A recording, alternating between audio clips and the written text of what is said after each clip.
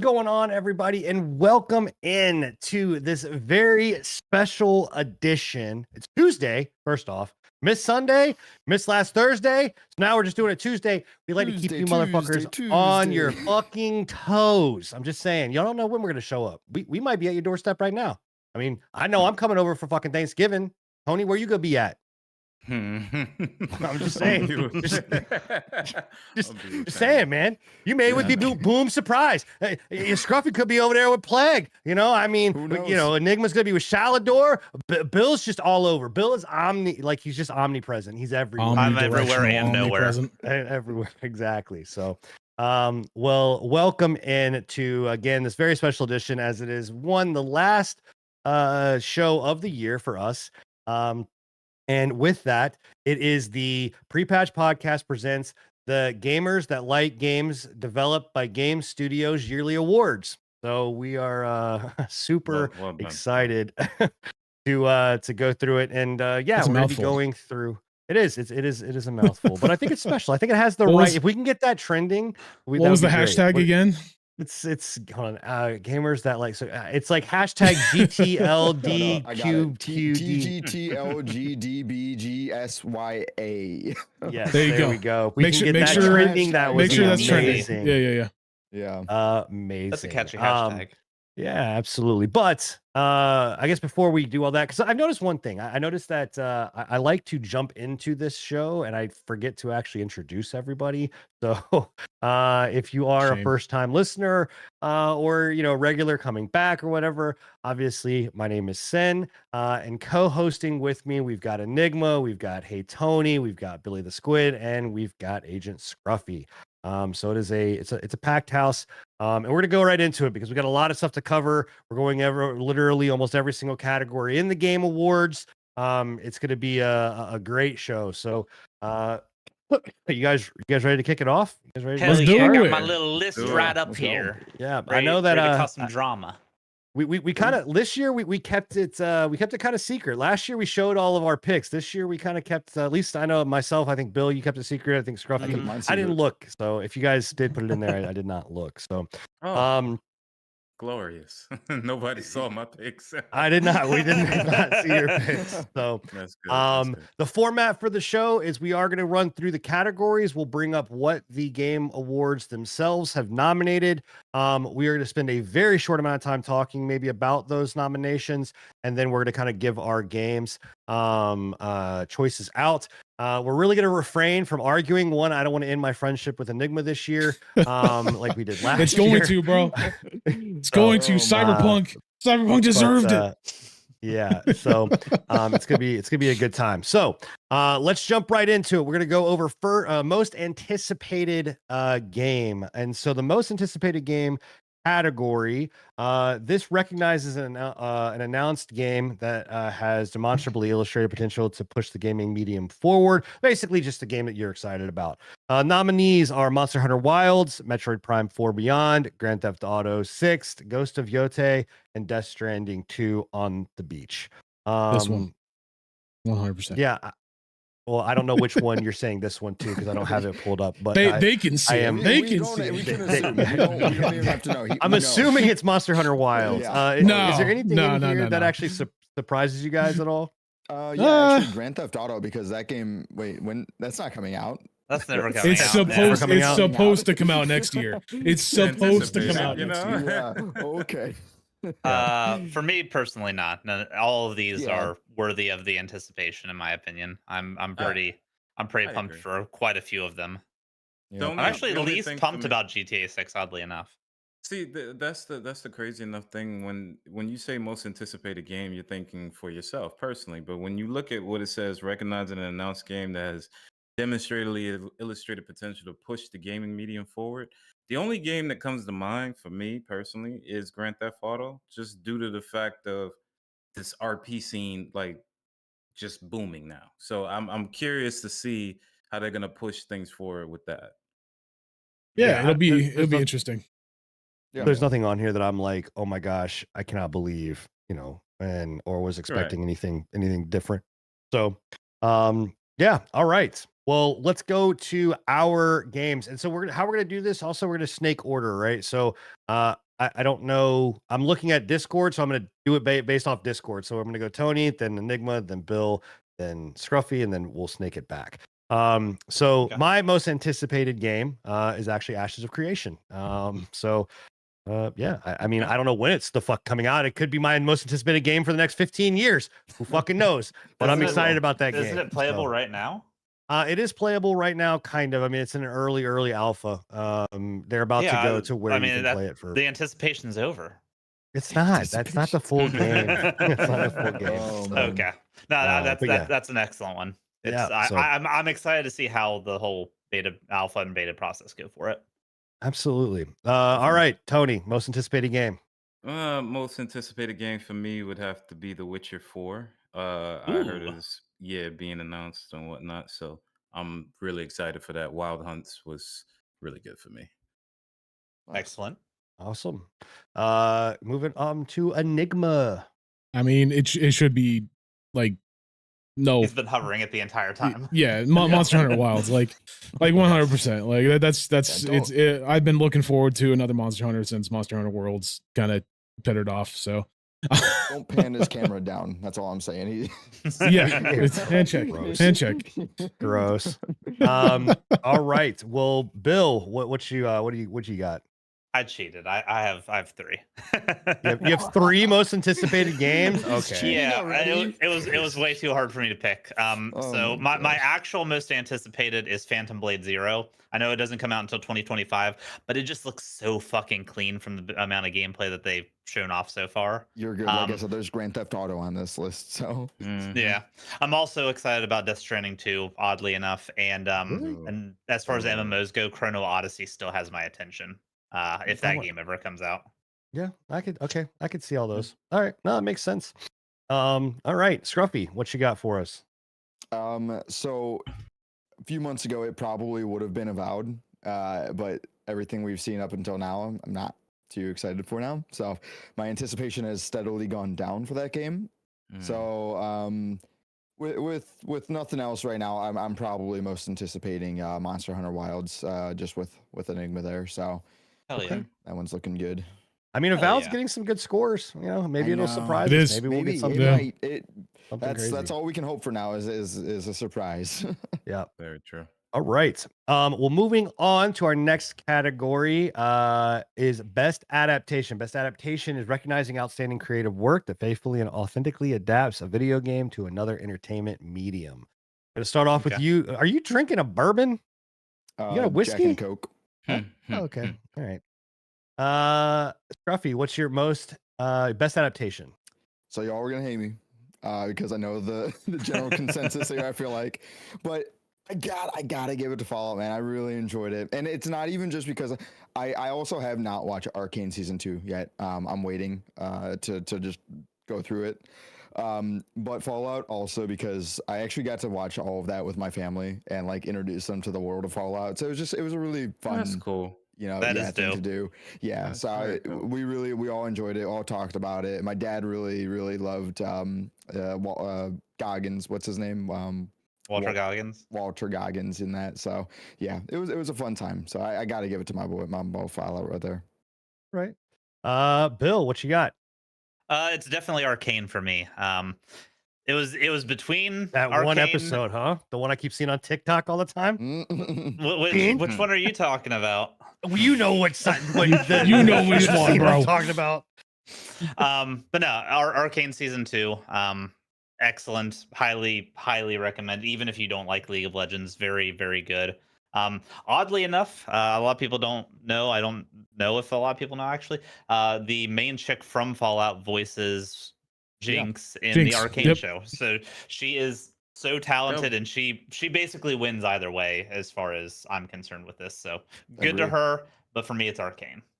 Nice. Sure. All right, Enigma. Yeah, just this is gonna be one of those. It's Knuckles actually. From no, not even close. I'm sorry. You literally ranted for like 2 days straight about Arcane.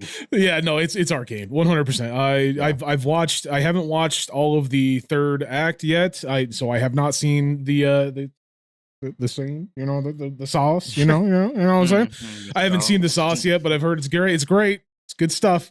Good sauce. the Nice. rest of it, the Very rest of the zesty. season, the rest of the season has just been fucking phenomenal. I'm not going to go into any spoilers or anything like that, but I mean, it's the first season just with better. That's the best that I can say. better. Like As much just as I'm better. a League fan, I feel like I should watch this, and I never even finished the first Arcane. You should, You- man. I you think really you need to really watch should. it. You really need to. You're This- doing yourself a disservice. I- It's and- a and- great show. And you know, I do want to give a shout out to Fallout. I agree with you completely on that one, Scruffy. Like Fallout was great. I think they did a phenomenal job adapting it and everything like that. But Totally.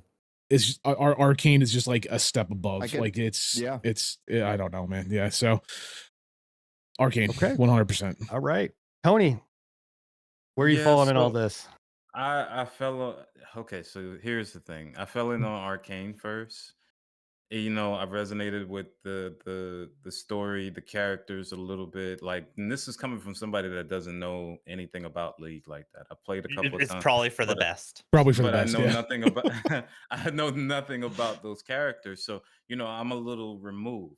But when it comes to Fallout, I know everything about the story. I know I've played those games, you know. So I have to give it to Fallout for me. Like Walter Goggins really he played his part. Like I really man. loved everything about it to the point where Yeah. it wasn't just the action, it was like the suspense of knowing like certain things that were going on and stuff like that. And not and they're coming out with, you know, spoilers, second season. So I Woo, can't alright. wait.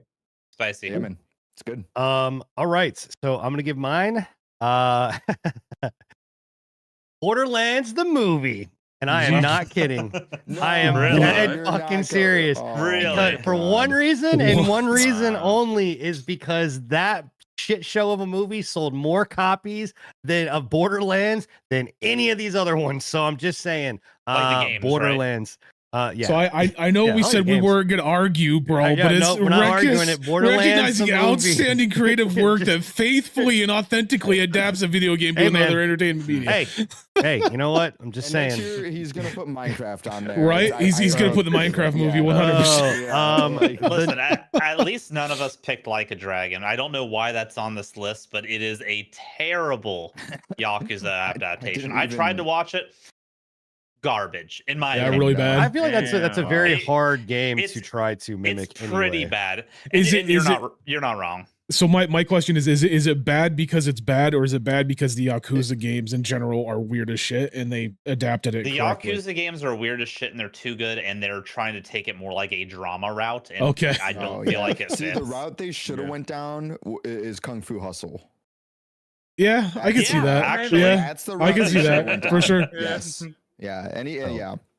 All right. Well, to list off the games, because I realized I didn't list them off what they were actually nominated for, movies, what they were nominated for. In the Game Awards, it is Tomb Raider, The Legend of Lara Croft, Like a Dragon, Yakuza, Knuckles, Fallout, and Arcane. And actually, not to take anything away from Knuckles, Knuckles was actually pretty good. Like, I have Knuckles is heard it's pretty good. really I haven't good. watched the Tomb Yeah. Raider shit I yet. haven't watched wasn't it, bad. and I haven't watched the Tomb Raider either, so I don't. All right. So we are going to now move on to best multiplayer. Best multiplayer game is for outstanding online multiplayer gameplay and design, including co-op and massively multiplayer experiences, irrespective of game genre or platform. Nominees the Game Awards gave for Warhammer 40K, Space Marine 2, Tekken 8, Super Mario Party Jamboree. Don't know how that got in there. Helldivers 2, and Call of Duty Black Ops 6. There's always a party multiplayer game on Yeah. there, whether it's Yeah. Mario Actually- Kart, Mario Party. Like Nintendo has to have something in there. I That, actually that, hear that that's they why have it's a in there. ranked mode in that too with the That's- mini yeah. games. So For to people be that I fair, know though, the only Good. time Nintendo has a chance on winning any of this is if a new Splatoon game comes out. I feel like that's really where their multiplayer shines. Yeah. True. All right. So what I nominated for this, I was actually going back and forth between two games. I think I want to give it a Dragon's Dogma 2.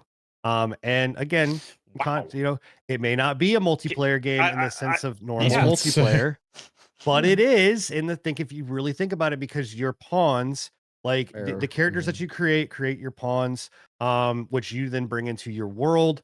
You know, and on top of that, like the whole like dragon plague thing that they had going on, where it would infect one of your characters, that you could then drag into another person's world and it completely affect your game. I really liked that system, and I love the way that they introduced it, where like you went into the world, you got to walk around all these pawns, and then you got to grab one and bring it in. So I know it's not your typical sense of multiplayer games, and as someone that is extremely multiplayer centric, but Dragon's Dogma 2, the other one that I was going back and forth was Atomic Picnic, because me and Enigma have had a blast playing Atomic Picnic. It really is a good game, but It is a Dragon's great Dogma game. 2 takes it for me on those.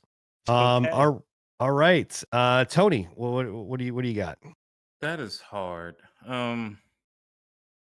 It's gonna have to be Helldivers for me. When it originally like dropped, I just continuous multiplayer fun with my friends. It felt like being back in like playing a Starship Troopers game. Um, just basically what it was. The memes, the laughs, everything about playing this game has been awesome. One of the games that you would just be on the planet, your friends just drop in. It wasn't one of those, "Oh, okay, well everybody has to meet up at this menu." So um I appreciate Helldivers for what they did for the community and everything, and it was a great game. So I that's multiplayer for me, Helldivers too. All right. Enigma, what do you got? I mean, that was what I was gonna say. Helldivers 2, best as far as it goes. Like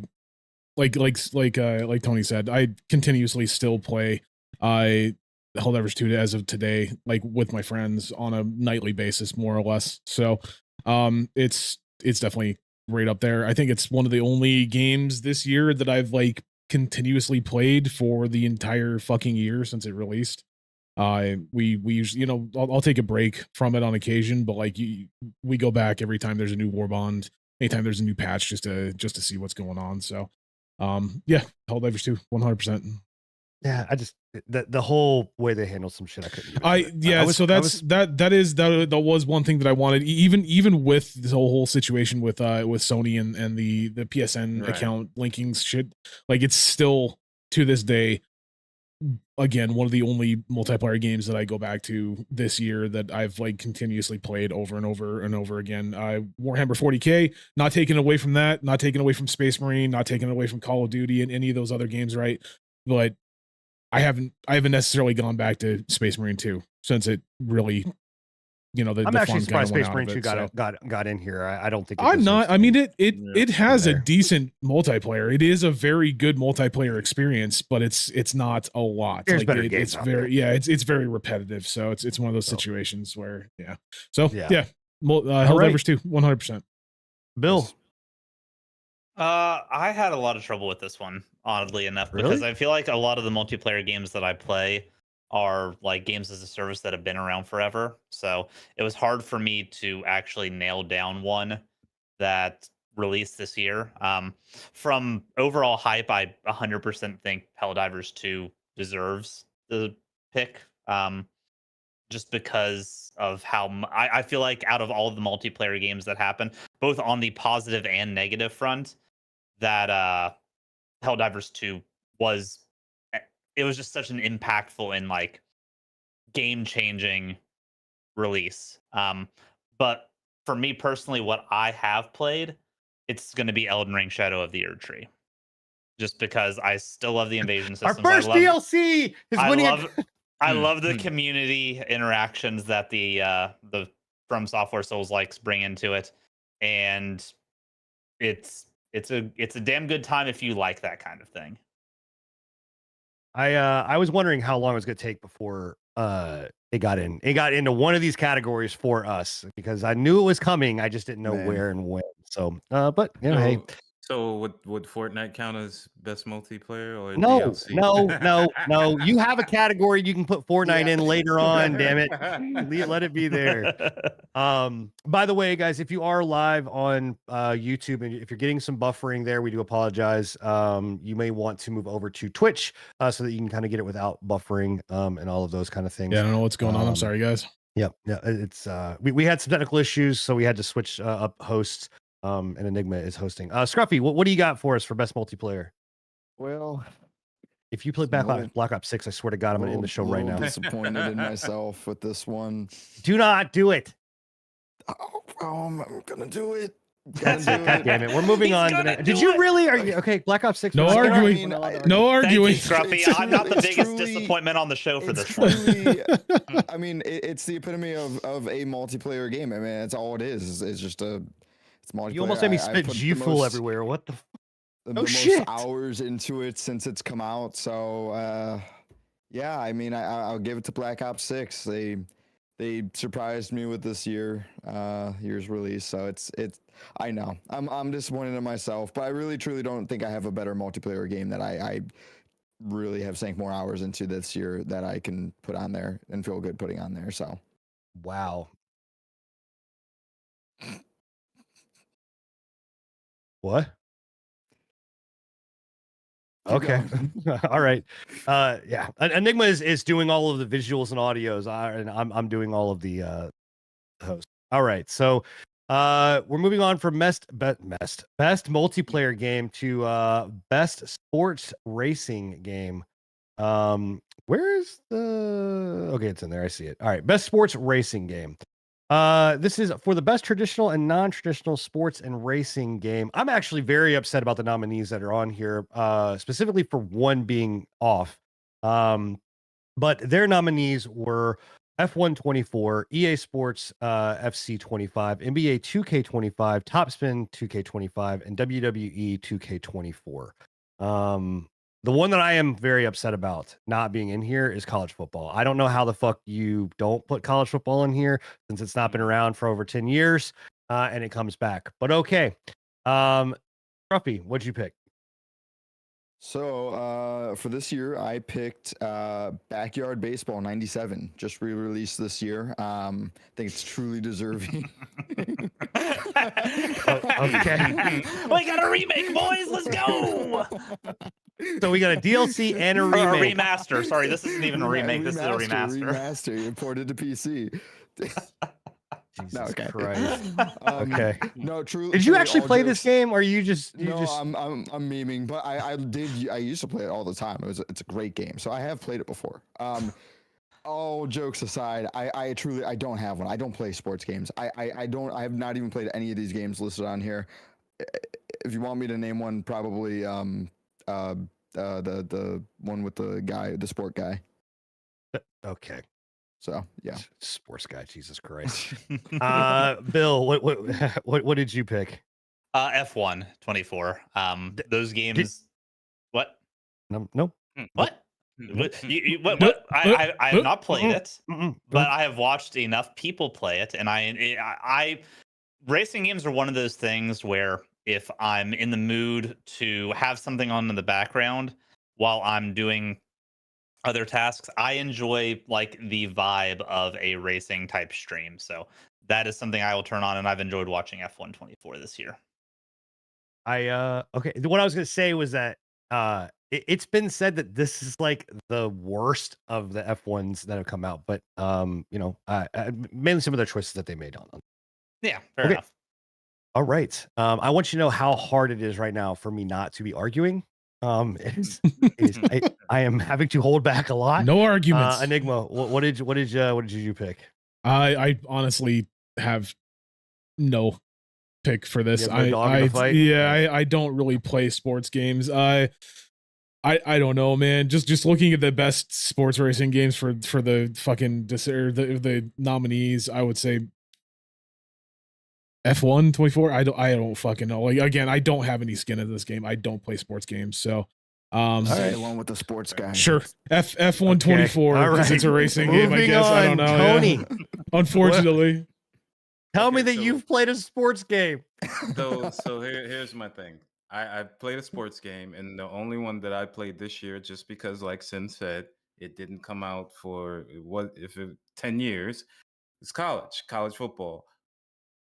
But I would have to say WWE 2K24. You've got- Hold on. I said it threatening. He just I said it baited you so hard. threatening. oh Look, shit. look, No he was arguing. about to snap. No debate. But nah, 2K24 WWE was good, and I was gonna consider that, but college football, just because we haven't had anything since NCAA, so I college football. This is so You almost Man. hurt yourself. And What's wrong with this is- WWE I 2K24, huh? didn't I even just- bait you. like so my pick is college football 2024. The sheer fact that it's not even on this fucking list is This is absolutely fucking atrocious. black. And that WWE or F1 made the list, fucking insane. This game has been 10 years, we've not had anything. College football has got the new playoff system going on right now. Like it is it's such a good game. It's better than Madden, right? I mean, like it's just a great game. If you are even if you don't like football a whole lot, like this is a game that you can definitely get into. I If have you a like question. simming, what? I have a question. Sorry, I didn't mean to interrupt you right in the middle of it. Is poker technically a sport? No. Oh, okay. No. Well, Really I was gonna say otherwise. Balatro, bro. No, that is not a sport. But anyway, college football is a phenomenal game. It needs to be on this list. I'm quite shocked that it's not. So college football 24 is my pick. Didn't pay Jeff Keighley enough. Nope, I did not. All right. We are moving on to best sim and strategy game. The best sim strategy is the best game focused on real-time or turn-based simulation or strategy gameplay, irrespective of platform. On here, the nominations are Unicorn Overlord, Manor Lords, I'm gonna butcher this. Kunitsu, say it. Kunitsugami. Kunitsugami, Path There of it is. Goddess. Thank you. Frostpunk 2, an Age of Mythology retold. I'm not upset with any of the picks that are on here. I don't think. Yeah. I think these are all good picks. Yeah, I think it has a good spread for the genre. Yeah. Definitely. My pick for this is actually Metal Slug Tactics. I just talked about this game a couple weeks ago, or like last week or so. Really enjoyed it. It's an awesome little strategy game. It's a very much of a throwback if you like the Advanced Wars and any type of like Final Fantasy Tactics, all that kind of stuff. Great game. They knocked it out of the park. Like it is so much fun. So I definitely recommend Metal Slug Tactics. That is my best sim strategy game of the year. Tony, on to you. Best sim strategy game for me would have had to been Frostpunk 2. We talked about it on the channel. I just love the chaos and the sheer ability to make like the hard choices. It's enjoyable from start to finish. A lot more nuances and aspects to the game that they added from the first one. And some different modes make it even harder, a little tougher on you. A religious system. It's a lot. It was really good. Highly recommend. All right. Enigma. For me this year, well, Frostpunk 2 is great. I didn't play it, unfortunately. Age of Mythology, amazing, but again, didn't play it. Mine is Manor-Lord. I played this. I picked this up when it first released. It's early access. It's being developed by a very indie game. I can't, whatever you guys are sending me, by the way, I can't see. You're good. You're good. Don't worry about it. It's an indie title. I think it's being developed by like a couple of people in general. And they're doing something that not too many strategy games have been doing, where they take it kind of down the routes of you're building your city, but you're also, it's a real-time strategy like games like Warhammer 40K, Total Warhammer 40K or Total War in general, with like the large armies and everything like that. So that one to me this year really stood out, and they've been putting out some really amazing updates for it Isn't too. it early access still? It is, yeah.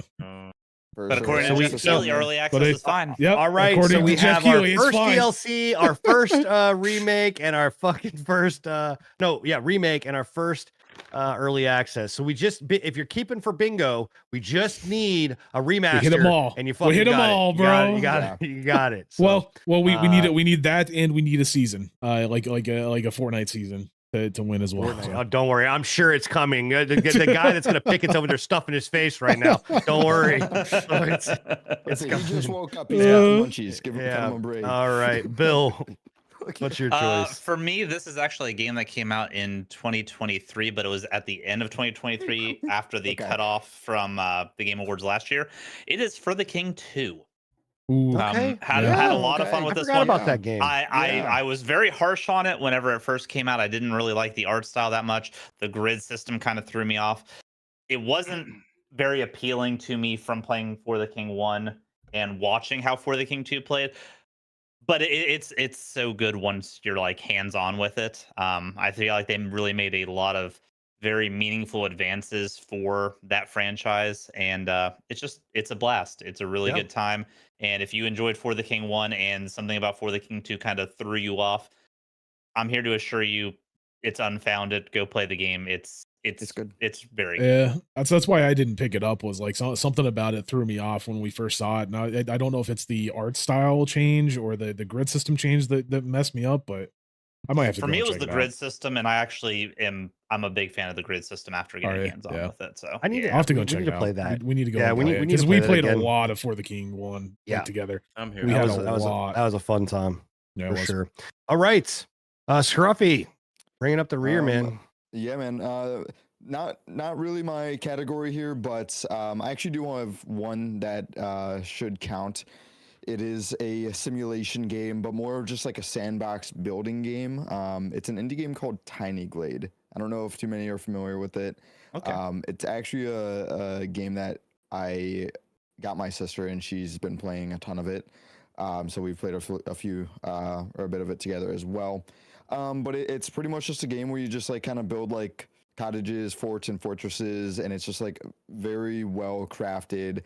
It's got very was- nice Yeah, meshing and like kind of building style. I don't know how to describe it, but it's like it's like Sims kind of, but This just is like more- medieval times. it's more of like a map creator, really, in a lot of aspects, Yeah, if I remember correctly. Yeah, it definitely could be like, you definitely use as like a map creator as well. But it's very beautiful, and just it's very Hell yeah. aesthetically pleasing, the way that if you ever like look at it, the way that you build things, it all just kind of like forms where your mouse is. It's like you're terraforming everything. It's really Oh. cool. Interesting. Yeah. Never even heard of it. All right. Yeah. Well, there you go. All right. Well, we are moving on to best family game, and best family Hell game yeah. is for the best game appropriate for family play, irrespective of genre and platform. You can, i.e., call this the Nintendo category. Right. But in this category, we've got the Plucky Spire from the Game Awards. We have the Plucky Spire, Legends of Zelda, Squire. Echoes, Squire. What did I say? Spire. Plucky Squire. I thought I said Plucky Squire. Whatever. Plucky Squire. The Legend of Zelda: Echoes of Wisdom, Super Mario Party Jamboree, Princess Peach, Showtime, and Astro Bot. So yeah, we're gonna turn it over back to Scruffy.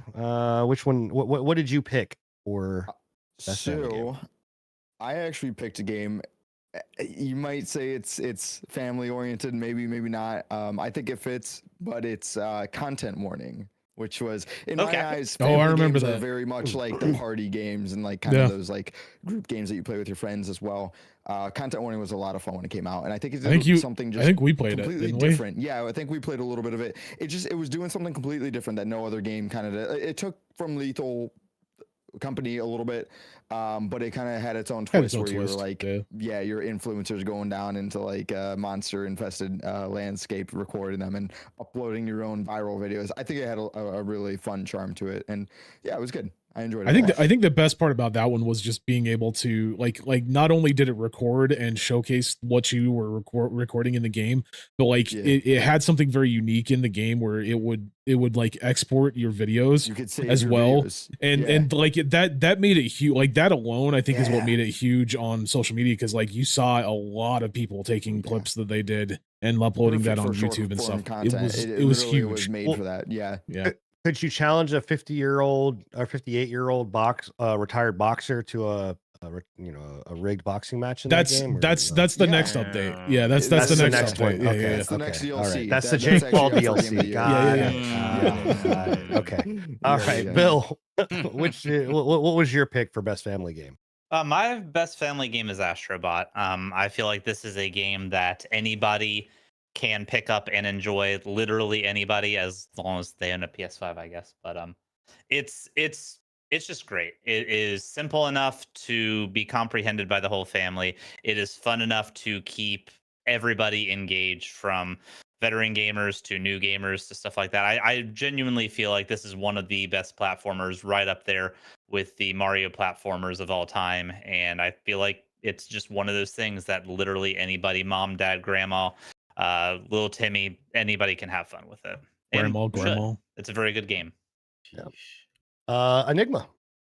This is going to be a surprise because I'm not usually a Sony guy, but yeah, I have to tend to agree with Bill on this one. I never played Astrobot. I watched him play a lot of Astrobot, and I felt like, you know, it's got that cutesy appeal to it, but it also has enough like difficulty and enough strategy that you have to kind of like it messes with your brain and makes you think of stuff. You know, gives you puzzles that actually kind of make you think of what you need to do, and I do think it's a really good introductory into, well, not really introductory because Sony's done it before, but like a really good title for a best family game.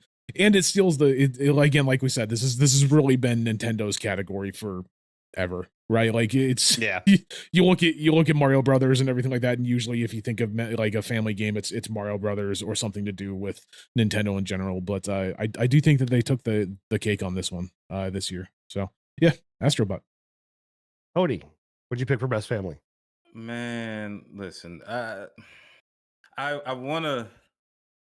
wanna give it to another game because of, but that's not family. I can't know. I'm You can very. give it to whatever you want, man. I gave best This is- adaptation this to is your game Borderlands. award. Tony's over here Well, like fucking. your family's I'm different gonna than give our Saw family. the game Saw the Well, best family. I have to choose a game called Liar's Bar. I really. Oh, I've heard yeah. that. Liar's one. Bar is fun. game. Yeah. Liar's Bar is so fun. I know we talking. I don't know if family, that's so family, Well, bro. You're well, literally well, shooting each other in the I know. face. I'm such Listen. a bad person. But Listen, it's family like- doesn't mean kiddos, okay? Like your family is what you make it, Tony. True. Yeah, So thank you. apparently Wow, he's we're saying that getting your family's real. made full of a bunch of fucking liars and drinkers. Gun Maybe. toting. brother. Maybe. Oh, But shit. Liar's Bar was a lot of fun. I really enjoyed it from start to finish. Just having like a couple of friends, family, whatever, playing this game, i.e., not the children. It's a lot of fun. Like Here, little Timmy. it's about blood. Not little Timmy. But Let's watch it. This fucking giant butt or fucking pig shoot himself in the face. Oh my god! When you say it like that, it's so cruel. But it's fun. It's still fun. It's great. enjoyed it. I think enjoy. Curve Animation did a great job with this. Yeah. I'm really enjoying it. All right. Nice. Well, my best family game is going off the reservation. And it's Call of Duty Black Ops 6. So Okay. the reason being is because this is a game that my kids All this absolutely shit. enjoy. That's because it's not the greatest multiplayer game out there this year, Scruffy. Yeah, and it's not a family game either. It is So- for my Oh, family. God. It is. Listen, no as long as arguing. it's not Rust. Yeah, it's Yeah, it Jesus. is no. I mean, it's a game that literally Yeah. me and my kids play. There's not a lot of them out there that they enjoy the same genre types that I do, like MMOs or League or whatever. I don't want to introduce them to League, but my God. Black Ops 6. Every year we get into the war zone, we get into the multiplayer for a little bit. So it's we have fun with it and have a good time. As So long as Black you Ops have 6. Hell fun yeah. with it. Fucking Yeah. No, hey, best family. sin winning father of the year if he gets his kids into league, dude. There you go. Oh god. I mean, this No, would be the that's season to I do will it. get I'll get DSS called on me. Shit. All right, best fighting game is our next category. For the best fighting game is designed primarily around head-to-head combat. Categories in the game awards are Tekken 8, Multiversus Somehow, Marvel vs. Capcom Fighting Collection Arcade Classics, and Dragon Ball Sparking Zero. And Grand Blue. So, oh, and Grand Blue Fantasy versus Rising. So this one was actually another one that was really tough for me because I am a huge Marvel vs. Capcom fan and went back and forth. But I have to give it to Dragon Ball Sparking Zero. Like I just, I think that the game they hadn't gotten a Budokai game in a while, and this it topped charts for a long time. It sold record. It's still topping charts. I mean, I was fans gonna are say, I still think it's talking still about it. topping charts. Yeah, I mean, it was hard. Tekken 8 was also another one that was really close there because it's also, been really, really good. But I got to give it to Dragon Ball Z Sparking, or Dragon Ball Sparking Zero. So, Tony, are you gonna join me in this camp? Mm, unfortunately, I got to give it to Tekken, man. God damn it! I'm sorry. I'm sorry. Tekken, listen, Tekken 8, I enjoyed it. It's still played with friends. There's more friends of mine that play Tekken compared to Dragon Ball Sparking Zero. I love Dragon Ball Sparking Zero, by the way. But Tekken really did it for me. And then what they really did, well, it's kind of shitty, but they took a character away, Eddie, and then they brought him back and when they brought him back, I jumped back into the fold just to play him just a little bit, and then I hopped back off. Can't get beat up online too much. I feel bad and never want to play the game again. But it was still a great game. I enjoyed Tekken 8. No matter how many ass beatings I got. Okay, Enigma. I'm there with you on Sparking Zero. Honestly, like I don't play fighting games in general. Like I that's not really my steez, but just I'm a Dragon Ball fan. Plain and simple. Like it's having an actual game like a Dragon Ball game, and I know that it's such a like a niche, undeserved, not undeserved, what's the word I'm looking for? Appreciated. Undeveloped for like there's not a lot of one that's games used a being lot. offered Yeah. up to the fucking Dragon Ball fans, right? So like whenever there is one that's offered, I'm just like, yeah, like it's got it. And I'm not taking anything away from Tekken 8 or anything like that. I'm sure it was great. I'm not taking anything from Grand Blue. I wish I could get back into Grand Blue. I want to get back into Grand Blue Fantasy. And this might be something that would interest me, but like it's just one that, yeah, Dragon Ball Sparking Zero 100%. Gotta represent Goku. Bill. For me, it is going to be Tekken 8. I feel like if you are into that style of like 3D fighter, this is like the pinnacle of the genre. I feel like Tekken 8 and honestly the new Mortal Kombat game has been improving significantly and has really been impressing me. But Tekken 8, really, really impressive. I've been seeing way too much like high level competitive action going on in it, and it's just fascinating. And this is coming from somebody that is absolutely trash at all fighting games. Dragon Ball is a close second. And can we all give a big boo to the fact that Multiverses Dude, is yeah. on here a second time? Seriously. It was For on a here second last year, year, yeah. and it's on here this year. Like, what the fuck even is this And award show anymore? They're scamming people, dude. That's such a joke. I can't believe Yeah, it. well, it's a shocker because the game shut down and Yeah. then came Relaunched. back and Yeah. And relaunched. they said, no, guys, it was just a joke. We didn't actually shut No, down. that We was just a closed soft our that was a beta." soft opening. Yeah. Yeah. Yeah. Yeah. It what? is. Get the- Regardless. But Tekken 8, I get what you guys are saying about that, Bill and Tony, because I think that even like this year coming into Evo, Tekken 8 will have a chance to actually be main stage more than like your Street Fighters, because Street Fighter is usually the main stage. Like that is like the main game. I think that Tekken 8 will actually take it this time around with during Evo. Hell yeah. Scruffy, what do you think for best fighter? So funny enough, I didn't think I'd be coming to the tiebreaker here. It's 2 for 2 right now on Tekken and Dragon Ball. But I'm gonna go with what I had on paper here. And just to be totally clear, I haven't played any of these. Oh, just these spit it out games, already. Who's getting it? Who's taking it? But I gave it to Dragon Ball. just 'cause Yeah. I have more friends who've played and enjoyed that game, and I've watched it. It looks like a fun time. Just personally, I wouldn't play it, but yeah, no, I give it to Dragon You Ball. heard They it look here. like they Scruffy did a said great Tekken job. 8's trash. It's Yep. the worst fucking game out there. At Agent Scruffy So, on yeah. Twitter. Go. Yeah, there you go. Yep, give me. All Okay, moving on to best RPG. For the best RPG game design, or for the best game designed with rich player character customization and progression, including massively multiplayer experiences. I think it's really real quick. Do you think it's weird that they keep throwing that in there? Like, I feel like they keep Yeah. like throwing that massively The MMO. multiplayer.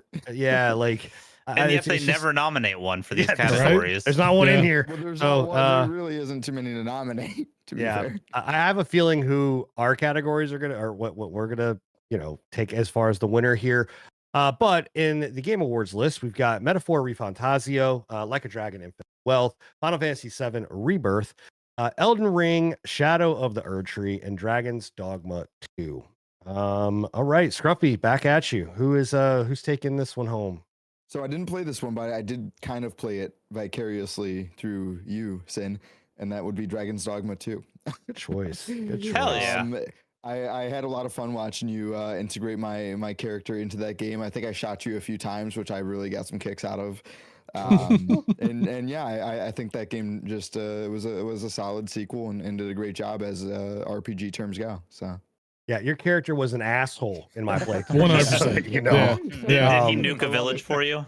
dude, he's just no. He would just like not fight, and then when he would fight, he'd shoot me. He wouldn't shoot the fucking enemy. He would just shoot me. Or an Wow. explosive barrel beside you? Yeah. yeah, dude, I got some Yes, kicks or an out of that. explosive barrel beside me. Yeah. Bill, what was yours? So y'all know I love Elden Ring. You know that From Software games are my boo thing, but I can't give it to a DLC for this category. There's Wow. there's too many good games that came out in the RPG category. It would be disrespectful to pick a DLC over them, in my opinion. I'm also not picking Final Fantasy VII Rebirth just because while it is a good game, it's more of an action adventure than a true RPG, in my opinion. So Metaphor Refantasio gets my vote. Yes. I've been loving this game so much. It is Let's it is go. everything that Tony hyped it up to be and more so. Like I Let's go. didn't think that they could top the Persona games, and it is right up there, if not a little bit better, just because I prefer the high fantasy kind of setting over more of the urban settings. But they're both phenomenal. But yeah, Metaphor Refantasio, highly recommend, and it is my RPG of the year. All right. No, that's Nice. that's a shocker. And internet, you heard it here. Bill said From Software games are absolute ass, and you should never play a single one of them. And that Elden Ring, worst game that they've ever created, hands down. All right. Enigma, what do you have for this? Yeah, so I got Metaphor. I mean, I think that's the pinnacle of RPGs this year. Metaphor, honestly, to me is the Nerds. Metaphor to me is honestly the Baldur's Gate 3 of 2024. Honestly, I know that Dragon's Dang, Dogma wow. 2 was great. I'm not saying that Dragon's Dogma 2 wasn't an amazing You pretty much experience. just said that. But it's I think that Metaphor Refantasio does like leaps and bounds better than pretty much everything in this category. I haven't played Final Fantasy VII Rebirth, so I can't personally speak on that. I know that Bill's talked about it in the past and on our recent conversations with it. He says that it's an amazing title, but I haven't played Yeah, it. So that's Metaphor good. Refantasio all the way 2024. So Okay. Nice. All right. Tony, what are you picking? Are you sticking with the Metaphor train, or are you going to be different? Listen, of course he is. listen, I'm sticking. He's with got the good taste. Metaphor Train. Yeah. I really like. I can't speak highly enough about this game, and this is the first. It has inspired me to go and play the Persona games because I've never played anything Yeah. like this before. So I've loved it from start to almost finish. I'm still going, but I'm gonna be honest. Had this game not dropped when it did, Dragon's Dogma would have been the game for me. of best Loving the RPG Dragon's of the year. Dogma love. Dragon's It Dogma was is so amazing. good. It was an amazing game. I only had a couple of issues when it first launched compared to probably now when I need to go back and play it again. Yeah, from It was a everything that I've great heard, game. they've fixed like the CPU issues and the That's GPU great. throttling and go everything back like and that. try So it again. But Metaphor Refantasio has done it for me story wise, RPG based wise, characters, turn based. I love it. It's right, man. everything I can ask for in an RPG. Hell yeah. Okay. All Nice. right. I'm going with Dragon's Dogma 2. I mean, the game. Okay. I think Solid I think choice. that the Dragon's Dogma, honestly, I'm really sad about how kind of overlooked. I mean, I know it got nominated here, and it's got nominated in actually, I think it got nominated here. I don't think it's gotten I think it's nominated gotten in This is the nominated only in talked category about category it's yet. it's in. Yeah. Yeah, So, they- so when did it release? Because I think that's how it always Well, that's slips through the cracks. that's what I'm saying is This I, is at it the start released of the in year. earlier in the year. Yeah, it was like in Yeah. February-ish, maybe March or Mhm. something like that, right? Toward the beginning of the year. Look, I mean, if you've never like if you've never played Dragon's Dogma at all, this is a phenomenal game. And you can go back to our show where we talked really heavily on one of our episodes about it. And it is so good. Like they really do just give you the elements. Like once you're past the beginning tutorial kind of thing, you're dropped into a very big living, breathing world to just do what you want, right? And experience it. And the world continues to move on and continues to go and do things, and stuff is happening. So I just now, especially now that I have a new rig, like I'm thinking about like I'm gonna put that game on here and fucking go have a blast with it. Dragon's Dogma 2 is taking it for me. Like I for said, best RPG. Nice. great pick, man. It's Yeah. both Yeah. those titles are fucking amazing Yeah. picks for this year. So They really are. Before we move on from this one, I just want to say I feel so bad for Yakuza fans, man. Like Yeah. those games are actually so fucking good, but they always just get barely edged out, man. They're Yeah. just So- edging. They're just so hard. constantly edging. At least they got Yeah. the nomination, I suppose. Yeah, But true. that's like a Dragon something. Infinite Wealth, I've watched gameplay of it. It is a phenomenal, like non-traditional RPG. Yeah. No, what's really sad about this category specifically for the Game Awards is that Elden Ring's gonna take it. Like we kind of already know that. I don't wouldn't be. I don't think so. Wouldn't be. I think I think Metaphor's gonna Metaphor's take got it, it all yeah. day. I don't think so. I think think you it got does. like I I don't know. I think it's get it. close. Like I get all of you guys loving and I'm happy for Metaphor, but I'm telling you, mark my words, Elden Ring will win it. They We'll see. made it possible for Elden Ring to get into this for a reason. This is not Yeah, like this is the true. script is already fucking written. It's we will there, be right? we will be doing a live. Oh, I will be. I don't know who else is going to join me, but I will be doing a live stream for the night that these nominees are actually picked and the game of the year is actually picked. So we'll see. I think it's going to be. Yeah. Should we Come do a around, drinking game? Should we do a drinking Yeah, game to sure. see? Drinking game of There you go. Absolutely. All right. Well, we're moving on to best action adventure game. And Ooh. this is for the best action adventure game combining combat with traversal of puzzle. Holy shit. Puzzle Use your solving. words. Yeah.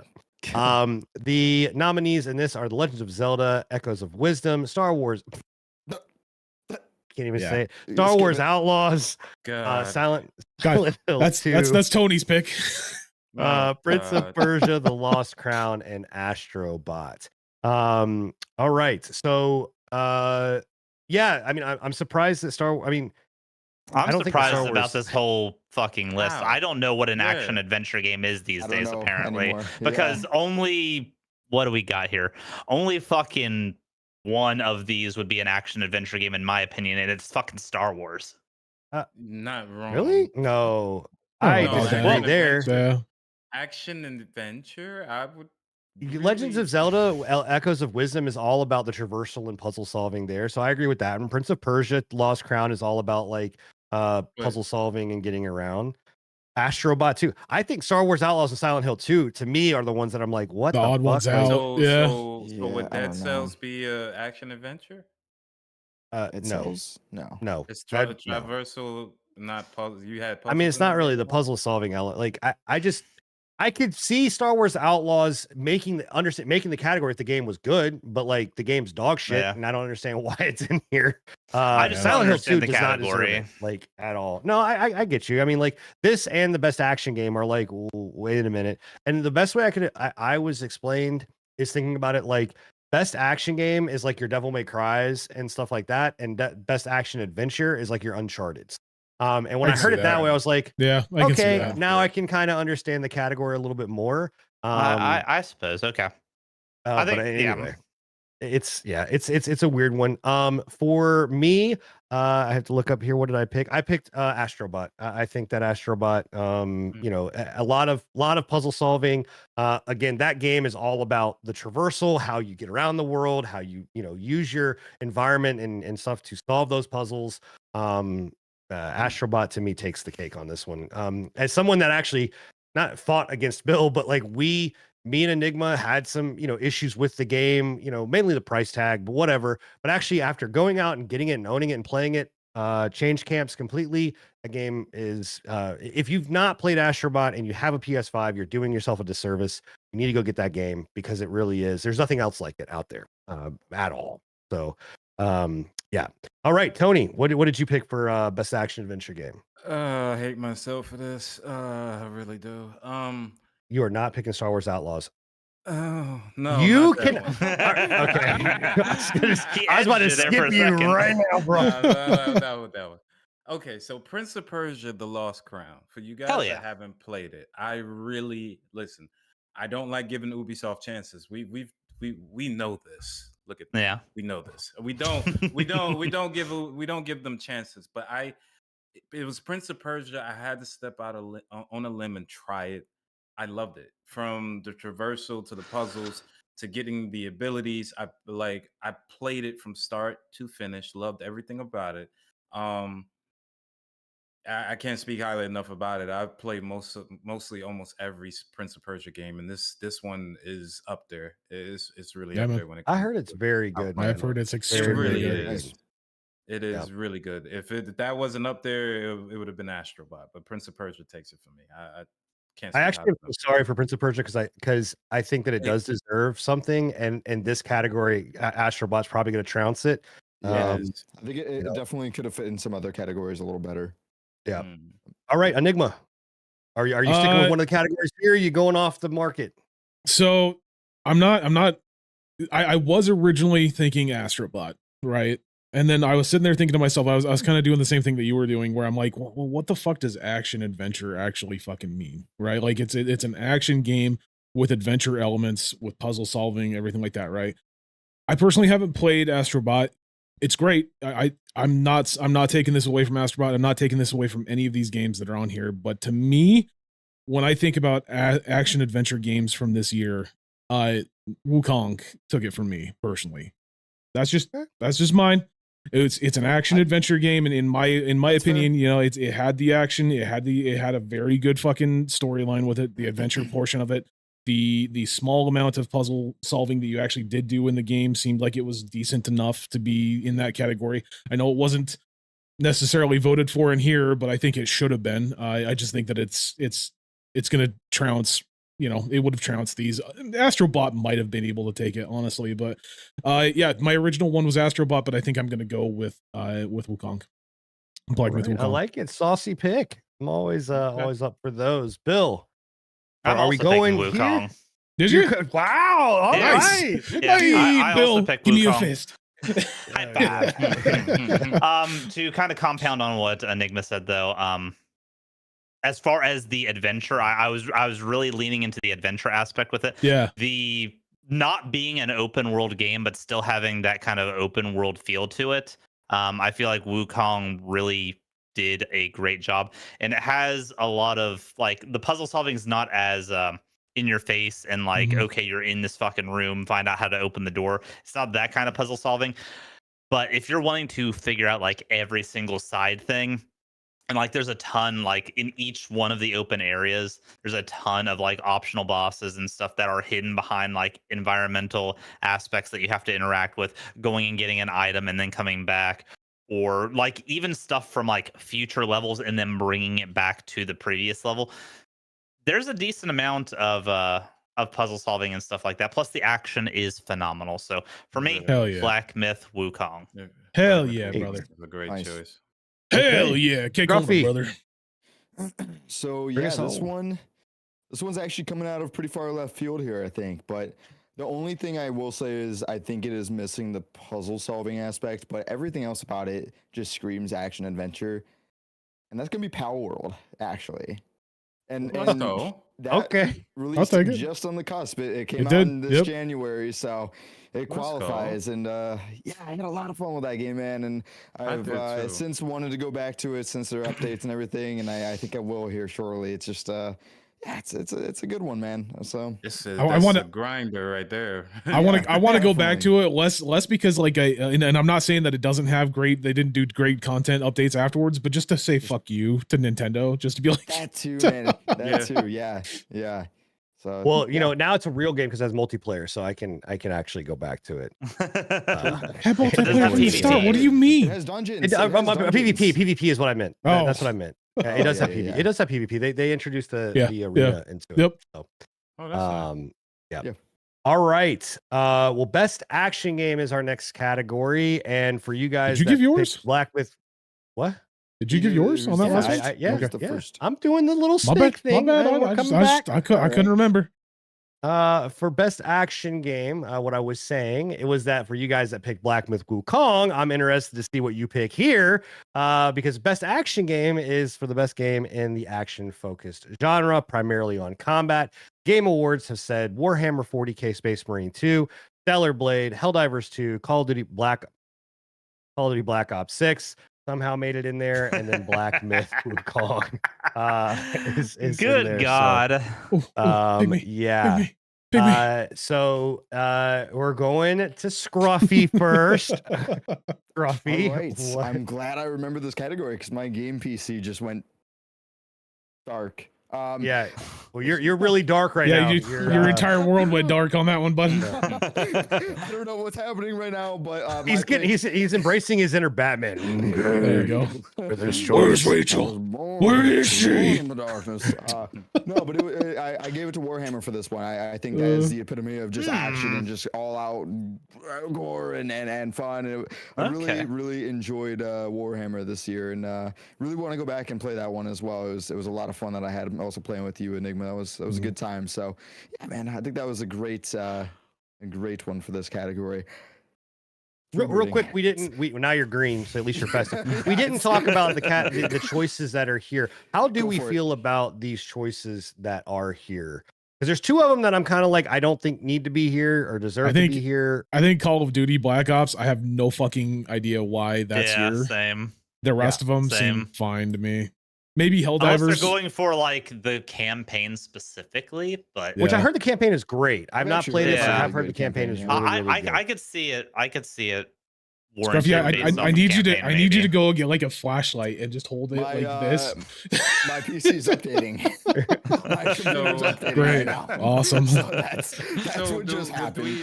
would we kind of like count shooters as not I- being action? in I it? don't have a problem with shooters being in it. I have a problem with this, like I don't think that Black Ops deserves to be considered Yeah. like an An action action game. game. If you're gonna Got do it. that, like to me, both Black Ops and Helldivers shouldn't Yeah. be, I think, in this category, That in was my my opinion. kinda- Though I know Helldivers is very, It's it is great. combat. Like that's the whole It focus. is right? Yeah, I'm not great, taking but anything away yeah. from it, but Yeah.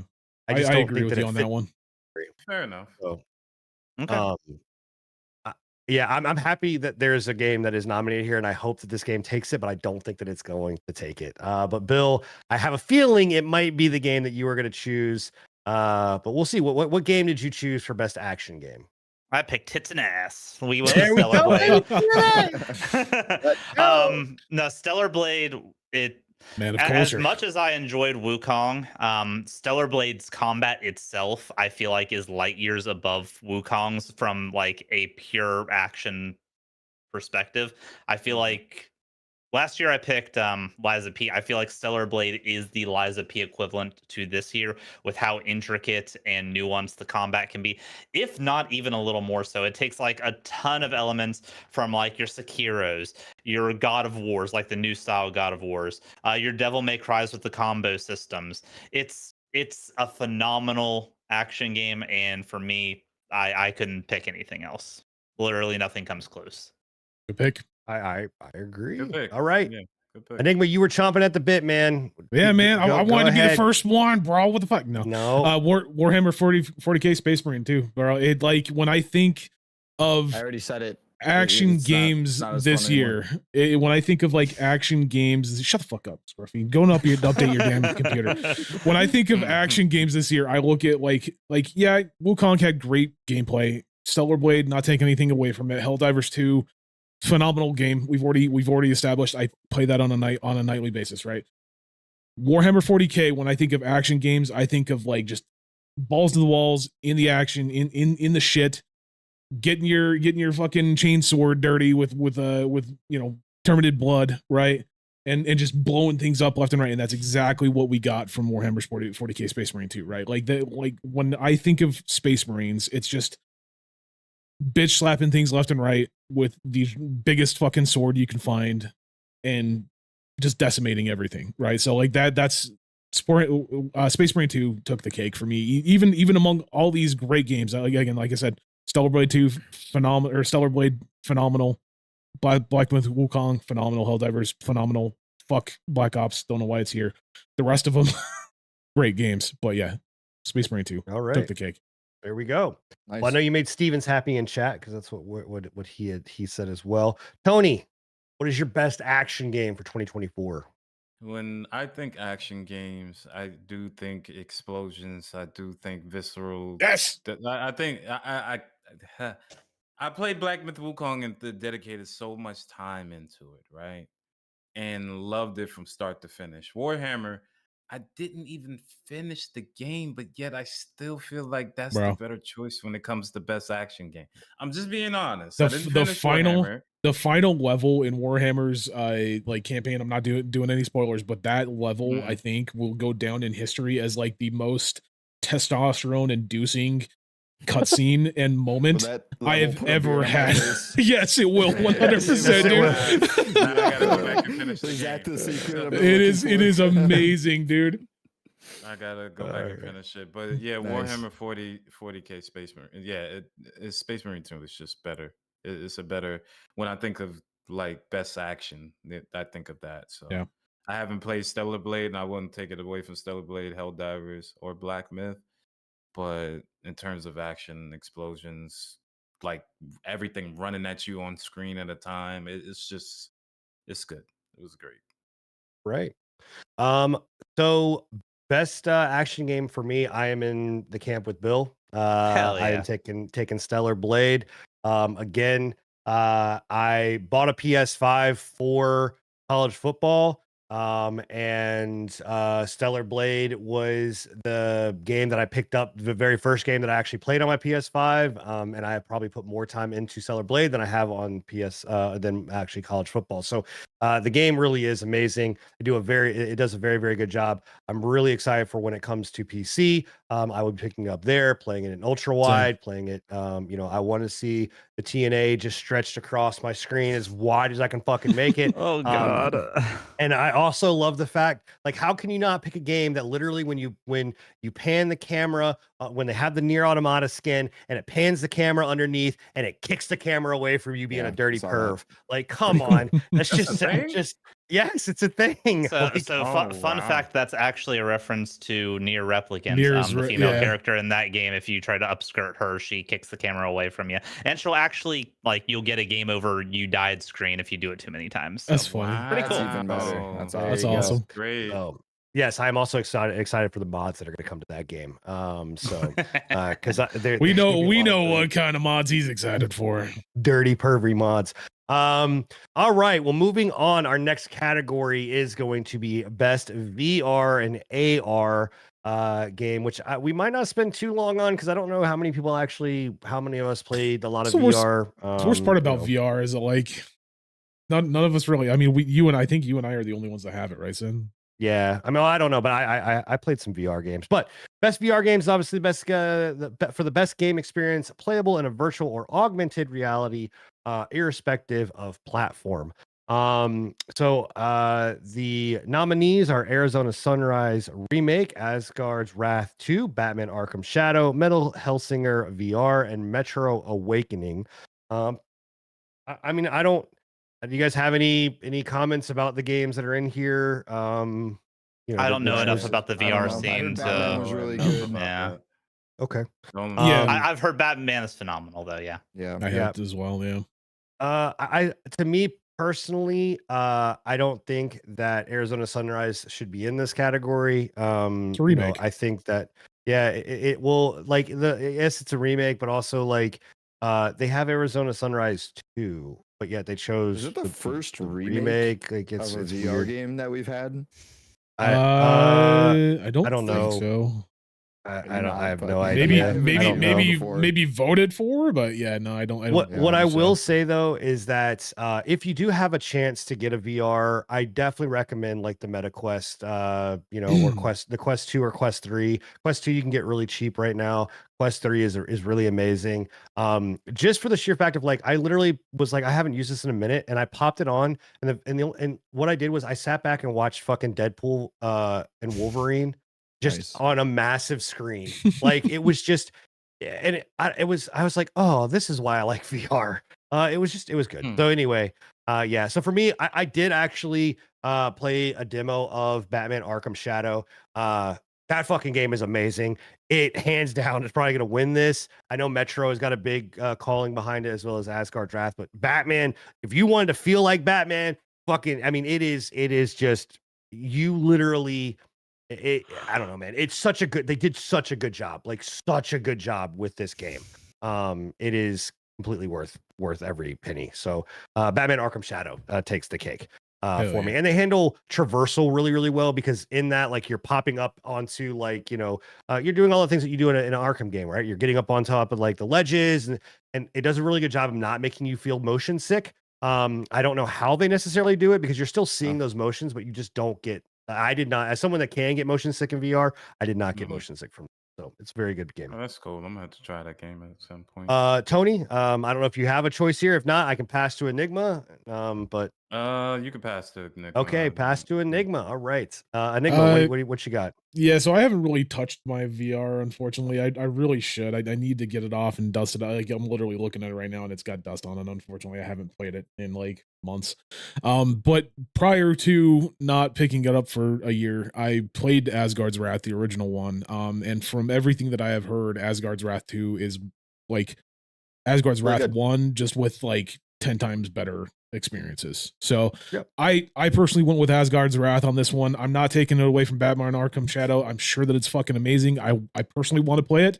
My second real choice would have been probably Metal Hellsing because the actual game Metal Hellsing was really fucking Sick. fun, and I can only imagine that having it in VR would be even more insane. But yeah, How do we Asgard's Wrath feel 2. about like games that were for standard console then coming to VR being a nomination since it's technically a port? Yeah, I mean, don't know. so I wouldn't call it a port because like there's a lot that you have to do. Okay, it depends on what they do. Not with not the a game. port by the So- traditional sense, but a port by like the game hasn't changed at all outside of the Mhm. vehicle that the game is being that's delivered. what I was gonna say. So like there's the game that we play Enigma that we used to play Enigma.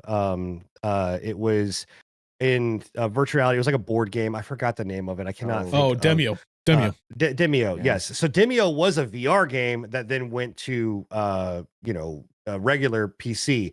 And that just like that, like it didn't really change except it just changed the perspective. If you're like doing that, so like the game doesn't change at all except for maybe incorporating a little bit of the VR movement, then I don't think that that's okay. But like if they take games and fully design them around, like take them, port them, and then really do something cool with VR, then I'm okay with it, in my opinion. Okay. Speaking I- of games that actually went from VR to PC, there was a mod for Half-Life Alyx that finally came out, fully PC compatibility that I've really wanted to go check out now. I've heard Yeah. it's done super well, and I think that's awesome that we're actually getting the opposite, like kind of is usually VR mods instead of the other way around. So I dig it. Question, did the Horizon VR come out It was last year. this year? Okay. All right, never mind then. And it was nominated And- last year. Yeah, I couldn't remember if it was last year or not. So Yeah. all right. Bill or Scruffy, did you guys have anything to add into here? On paper, I have- I love the Metal Hellsinger Yeah. game. Like I think that's cool. I imagine it's phenomenal in VR, but yeah, that's really all I have. All right, so this I've- category is basically go out and buy a VR if you don't have one. If you got anything, Metro. That's really it. But Metro. yeah, I don't have a VR, so I can't really say I played it. But yeah, I like Metro. I think it looks like it was really done well. So All right. Well, let's move on to the next category. I'm actually excited about this category, which is the first time since the Game Awards, and I've been excited about the mobile game category, the best mobile game. And this is for the best game playable on a mobile device. The nominees are AFK Journey, Balatro, Pokemon Trading Card Game Pocket, Wuthering Waves, and Zenless Zone Zero. Stacked Where do you- category to BH. It Really is a stacked Minus category. the Pokemon trading card game. Well, so okay, internet, Big, though. you heard him. You can go after Bill. It's not. no, I didn't piss you guys off this time. It's the only game on this list I didn't know existed coming into it. Well, so. it just came. It just came out. Like it Okay. literally is just around the corner, and it is destroying everything in its path. You know, okay. if I mean, if Pokemon's you like huge, so if you but like opening packs, this is Niantic. No, it's not that's this Niantic. game. Okay. No. I do have I have a question that I want to pose to you guys because this category has really, I mean, there's 3 games that are here that I don't know, like okay, Zenless Zone Zero and Wuthering Waves, I get that they're mobile games. But is it wrong of me to say, like, I feel like those are more PC games that just also happen to just be on a mobile phone? No, not at I all. think it's the They're other way around. Like, Zenless Zone Zero's player base is almost all mobile. Like yeah. same, I'm sure the same with Wuthering I Waves. think, Like I think it's they're mobile games that just happen to be on PC. yeah, that's You have it's to the other remember way the around. Eastern player base is highly like they play Yeah. most of their games in mobile format. Yeah, Yeah, I don't know. I just feel I like get- I these get games where are you're getting coming to the point where from. they're so Yeah. big that it's almost like they should just be. I don't think just because they're playable on mobile doesn't mean that, because technically I can play any game on fucking mobile. I mean, I can stream to my mobile device. Like it doesn't really matter. You know, I don't know. Natively Anyway, ported. I Yeah. think I think it's a nitpick. Yeah. because the way that the way they frame this is for the best game playable on a mobile device. Well, fuck, I can play anything on a mobile device if I really wanted to. I don't know. So it was just something to bring up. Okay, Scruffy, what did you pick? You have a best mobile game.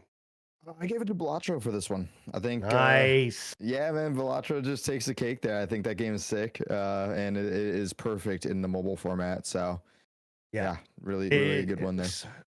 Yeah, yep. Bill. Mine is Zenless Zone Zero. I personally don't play it on mobile. To kind of go against what I was like advocating for before, but Fuck you, Zenless Sin, Zone- but yeah. But you're right. I don't fucking But play it still. on phone, but it's a really good game. It's got a lot of aspects that I look for in a game, and as far as the holy trinity of MiHoYo games right now, it is the one that has held me the longest and most intensely. So Okay. Enigma. yeah. ZZZ Zenless Zone Zero. 100%. Really? This is a Yeah. shocker to me. No, I did not think I you actually played this I game. I actually like played it on mobile as well. Like it actually is an extremely good experience on mobile. I've played it on my PC as Yeah. well, and I think they did a really good job. It's I don't play it a lot. I've only put like maybe 4 or 5 hours into it, so it's not. I'm definitely not like competitive in any fucking means of the word when it comes down to actually getting into the game. But I think that it was impressive. I liked some of the mechanics. We talked about it a little bit on the actual podcast where I kind of liked the system where you were going through like all the TVs in the map and everything like Yeah, that. And I yeah. know that you had said that they had taken that out, but it's still kind of there, which I'm really happy about. they just I took it out actually of the need to- story aspect. Yeah. so. I need to go back and play it again a little bit more because it was a really polished game, man. Like I get where you're coming from with the, you know, a lot of these new mobile games are more like PC games, but like it's fucking phenomenal, man. Mobile Like, devices are getting more and more like PC every Very day, true, so I very don't think true. it's that surprising. yeah. So Zenless Zone Zero, that's mine. I'm gonna give a spoiler alert real quick, though, Tony, before I turn it over to you. Spoiler alert is that one of the games that's in these categories is literally Mobile Champions something bang bang, but it's not in the fucking mobile game. Like Yeah, you know. Anyway, it's fucking weird. But anyway, go ahead, Tony. What is your pick for best mobile game? For me, it'll have to be Zenless Zone Zero as well. I Hell kinda yeah, tried let's it. go. go, It baby. scratched that itch from Honkai Star Rail, and I was just like, oh, okay, this is different. The characters are pretty much like every Hoyoverse game kind of like has They got big their boobies and distinct. nice butts. What do you want? I get it. I Bro. mean, it's- I'm saying that, but it's like it's a fun experience. Just a little bit that I played. I didn't get too deep into it due to the fact that I'm already got a gotcha game, and I don't want to get gotcha 2 times. Can I just Yeah, can I man. just really quickly point out we talked about this like I think like 2 or 3 episodes ago, right? About Zenless Zone Zero. You got lambasted, Tony, for they're calling you weak for not being able to play this fucking game. Wow. They're like, this man's just weak. He can't play this game because he's weak. The comments. That's awesome. Look at me. Oh shit. Now you just made a Zenless Zone Zero player. I'm about to go back to play it now. Oh my god. And I just Right. I really quickly just want to add in like the Okay. fucking the animations on that game are fucking insane. Like Yeah, which It's one crazy. specifically? all of them, bro. Not Oh, just okay. the tits and ass, but just like you can definitely tell that they Jesus paid Christ. you can definitely tell that they paid their animators extremely fucking well, dude. Like Fucker Scruffy went through the fucking throat, bro. God damn. Jeez. All right. Well, while Enigma picks himself off the fucking floor, I'm gonna go give my nominee. This one was tough. Because I played ZZZ, I played Wuthering Waves. I actually like a lot of what Wuthering Waves did. That Genshin, like what it improved on from Mhm. Genshin. In a lot of ways, and I think that Still too much of a Genshin rip for I me mean, to be I don't. kosher with. I mean, sure. I think that, like, I mean, we talked about it when I played when I showcased it. It's a more adult like version. Where to me, Genshin is Zelda. This is more, or like Nintendo. This is more PlayStation. So, anyway, uh, I think that unfortunately my pick is not going to win it because TCG, like Pokemon, came out, and this game oh yeah, Pokemon's is gonna take it. it's gonna take it, unfortunately, but fucking Balatro deserves it, man. Balatro is a fucking amazing game. That game is just I played it on PC. I play it on my fucking phone. I sit in the bathroom far too long now playing it. It is, that game is addictive as fuck. It is so much fun. If you've not played Balatro, you need to go play it. If you don't know anything about poker, it doesn't matter. That game is all about it's a roguelike, it's AI. I mean, it's so fucking good. It's so Now- good. Like Balatro Now deserves it. when we talk about games that were made for PC and then ported over to mobile, wasn't Balatro made for PC I mean, it and was then ported to it was mobile? made on PC, but like I literally, when I showcased that game and the first time booted up, They I had was like, just released this it. is just a I was like, this is just a mobile game. I was like, this is a mobile game that really Yeah. was just put onto a PC because it Part of and the obviously reach, again probably. like those, like whatever, but I think Balatro is just so fucking good. It's Yeah. just it's a phenomenal fucking game. All right, moving on to best debut indie game.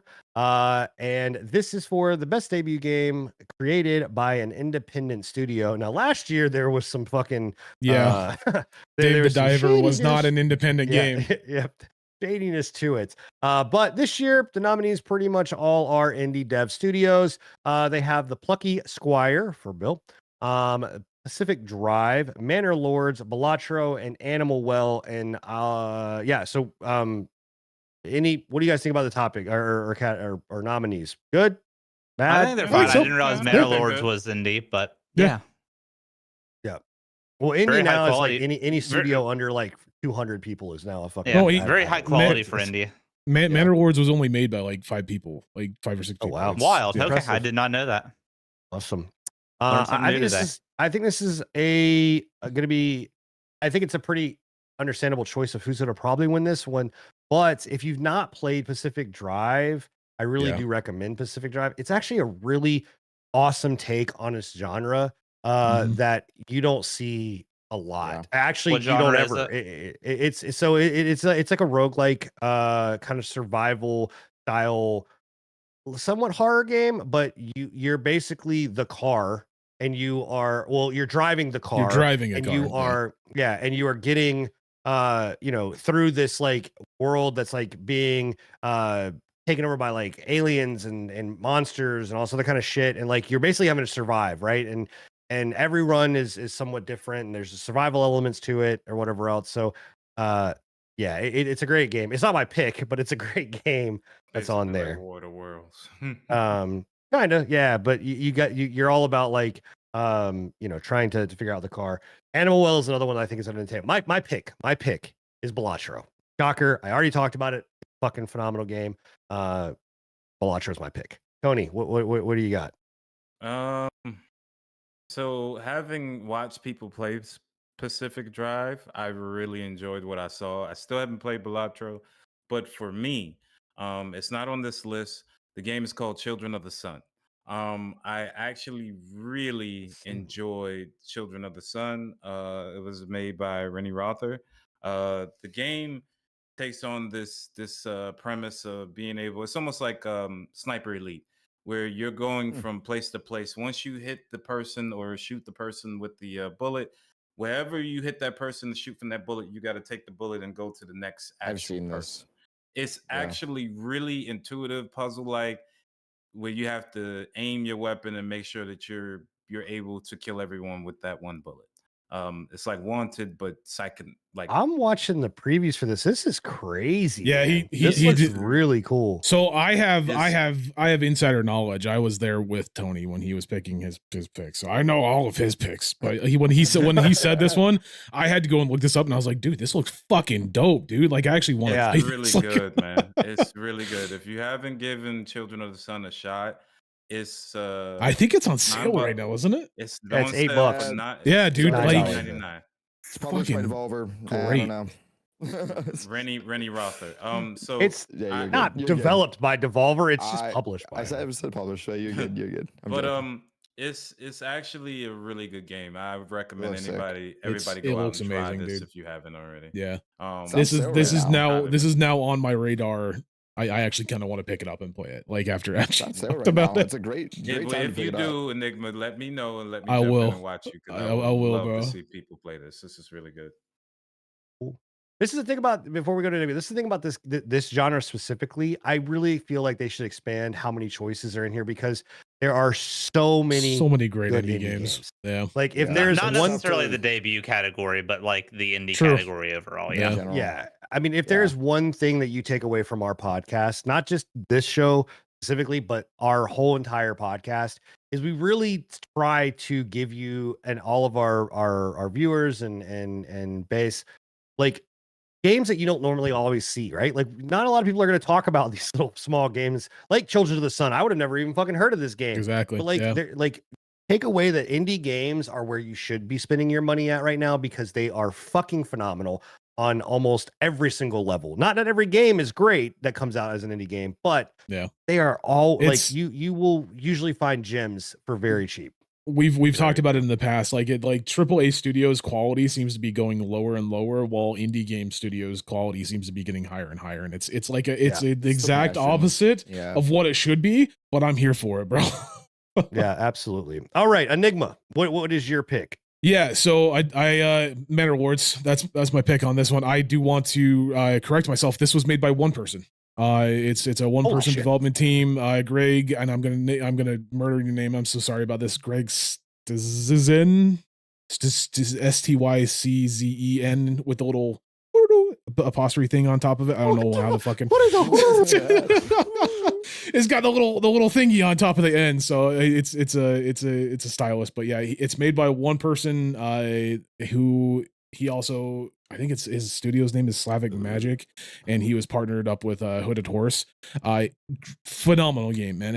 I can't gush about Manor Lords enough. Like it hits all the big parts that I have, right? Like it hits the colony sim, it hits the fucking combat like in 40K, or I keep going back to 40K. Total War. It hits that Total War combats. Extremely detailed. Very amazing quality and everything like that. So yeah, Manor Lords. All right, Bill, what you got? For me, it is Animal Well.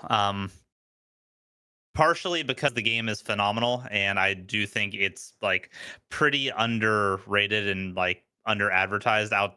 Like, and I know that's weird to say considering it's the first game from Donkey's publishing studio, but yeah, Animal Well, phenomenal game, phenomenal little 2D platformer.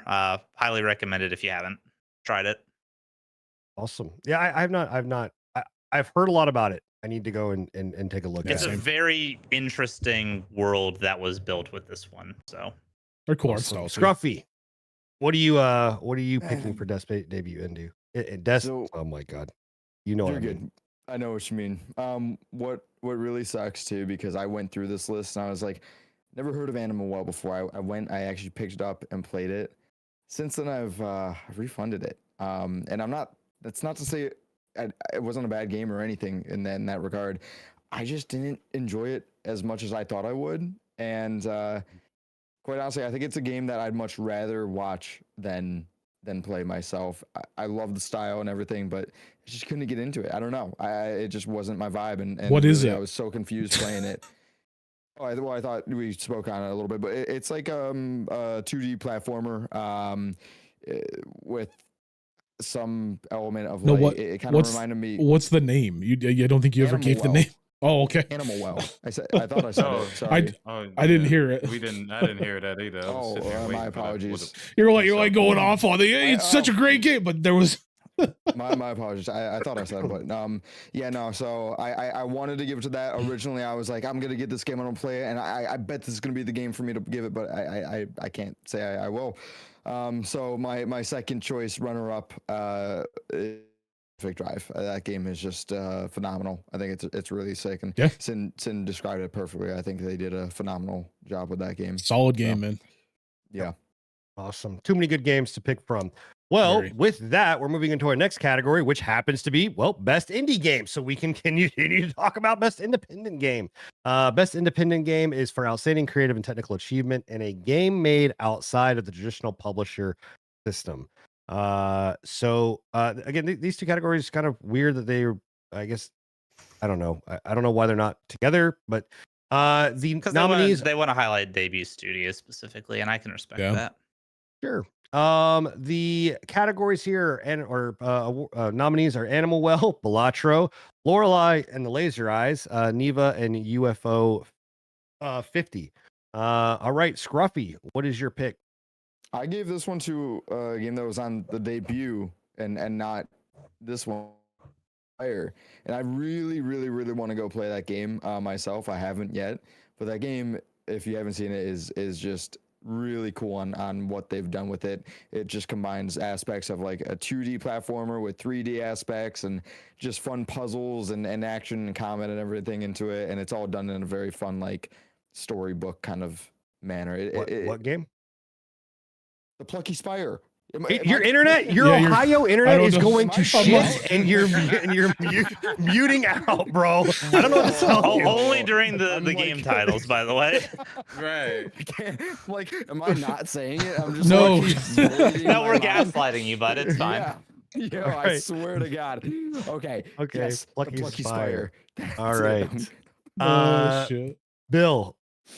For me, it's one that's not been on either of the lists. I love horror games a ton, and to see a well done indie horror game come out and be as successful as it was, I'm gonna have to go with the newest, like especially in a genre flip from what the rest of the franchise has been.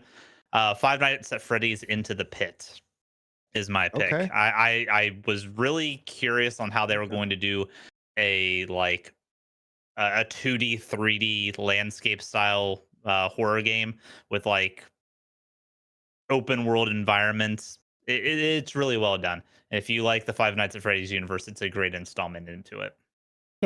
Awesome. I didn't even know Okay. this game existed. Nice. There you go. Enigma. Yeah, I don't have an option that was nominated on this. Mine personally, we talked about it a little bit. I played the demo. I picked it up, and it was fucking phenomenal. I Am Your Beast. I don't know if you guys remember me talking about this. Oh, Yeah. That one, that, Yeah. I John do remember Wick. that. John Wick meets like 13 from back in the day, that old game 13. Like and the dialogue and everything like that was just so quirky and weird, but like the gameplay, it hit like that. It hit that neuron in the back of my head where I'm like, I'm like, I'm John Wick meets like, you know, Prince of Persia because I'm slowing down time. It was fucking amazing, man. So yeah, I Am Your Beast. A great game. Go and check it Nice. out. Cool. All right, Cool. Tony. For me, it's not on this list, but the game is called "Is This Game Trying to Kill Me?" I really, really enjoyed watching my wife play. I played just a little bit off, not everybody knowing, but I played a little bit of it. It's actually really good. "Is This Game Trying to Kill Me?" is kind of I don't know if anybody in here have played Inscription. It Looks gives like that. the Yeah. Inscription feel, as well as the game keep talking and nobody explodes type business. There's puzzles.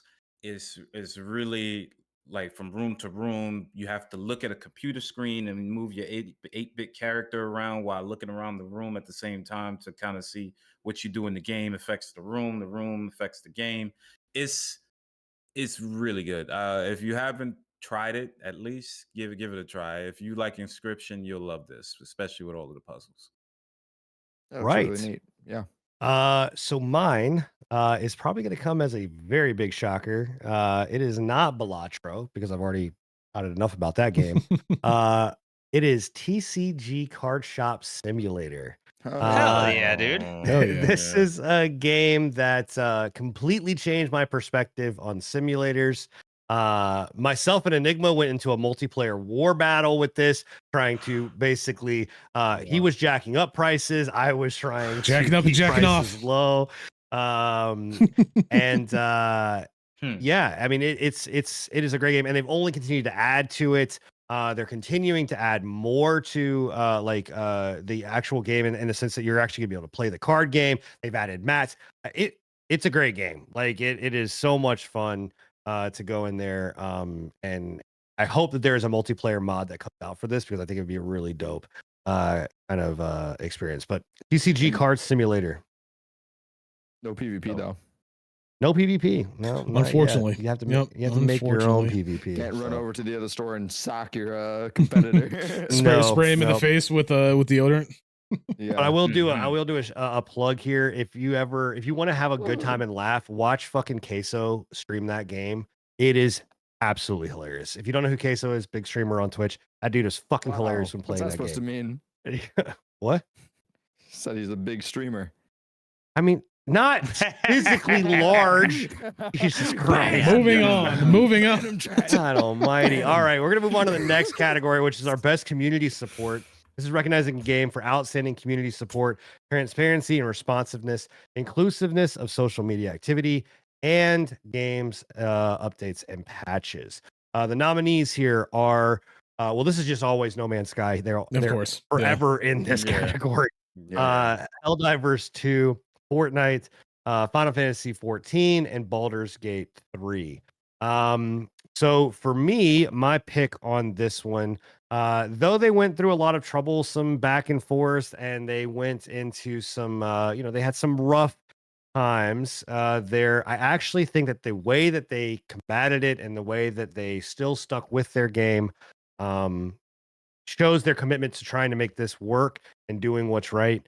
And it's Helldivers 2. I think that this game legitimately, I think kind of puts No Man's Sky in their place a little bit for being like, hey, not this year, right? My Final Fantasy, not this year, right?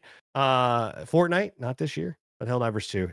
It's just the whole entire fucking game is about the community. So like, how do you not give it to this game? So Helldivers 2 is my choice.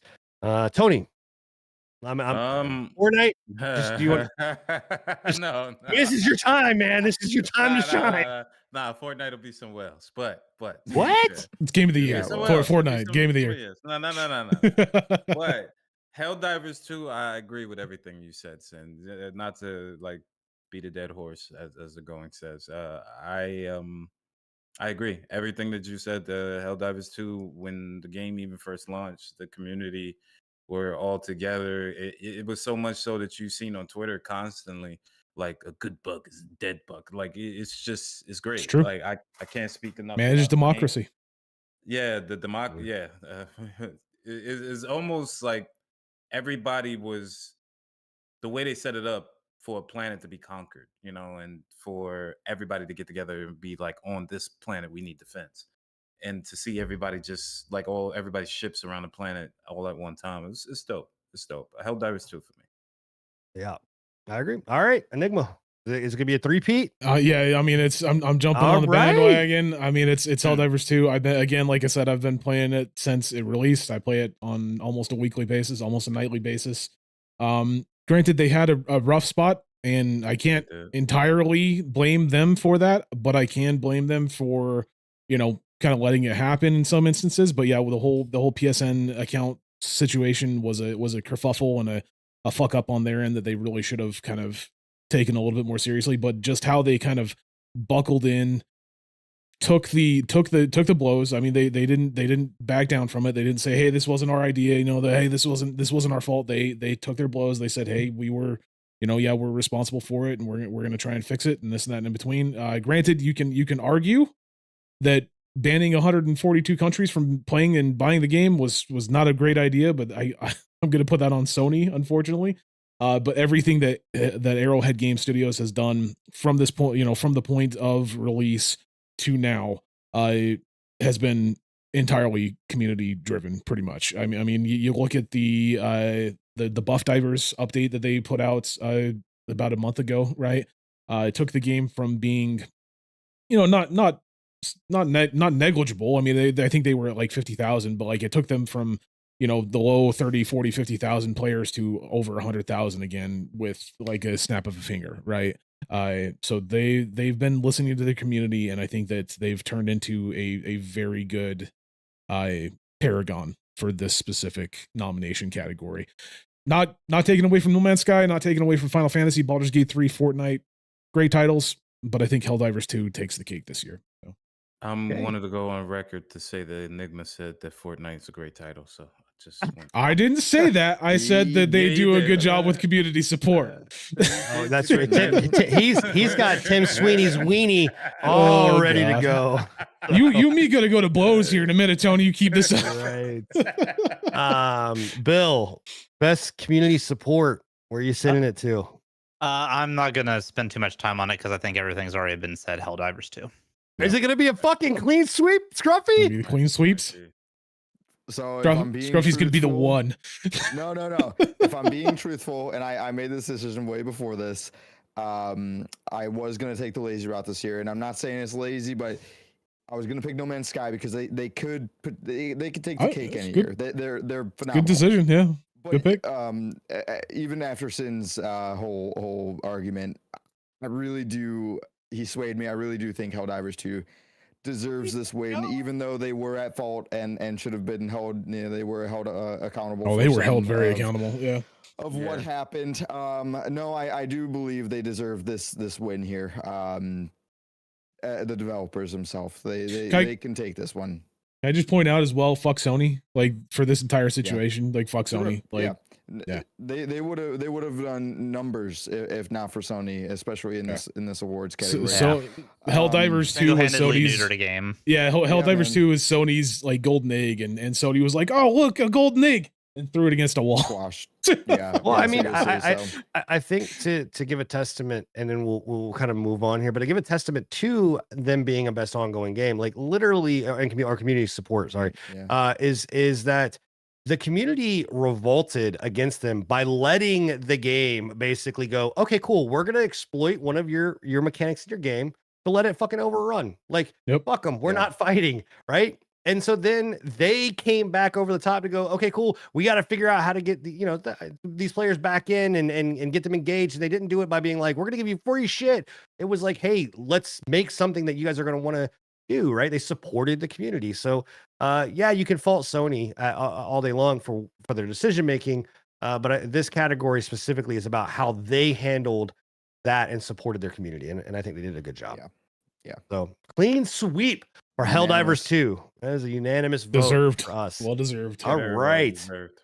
Moving on to best ongoing game. Ooh. This Don't you do it. All Don't you do it. this is awarded to a game for outstanding development on ongoing content that evolves the player experience over time.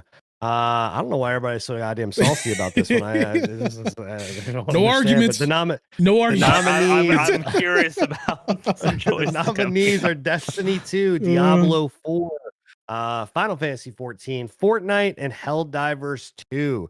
Scruffy, kick us off. Where are what did you choose for the I best? forgot I'm ongoing? up first on this one. Oh, God.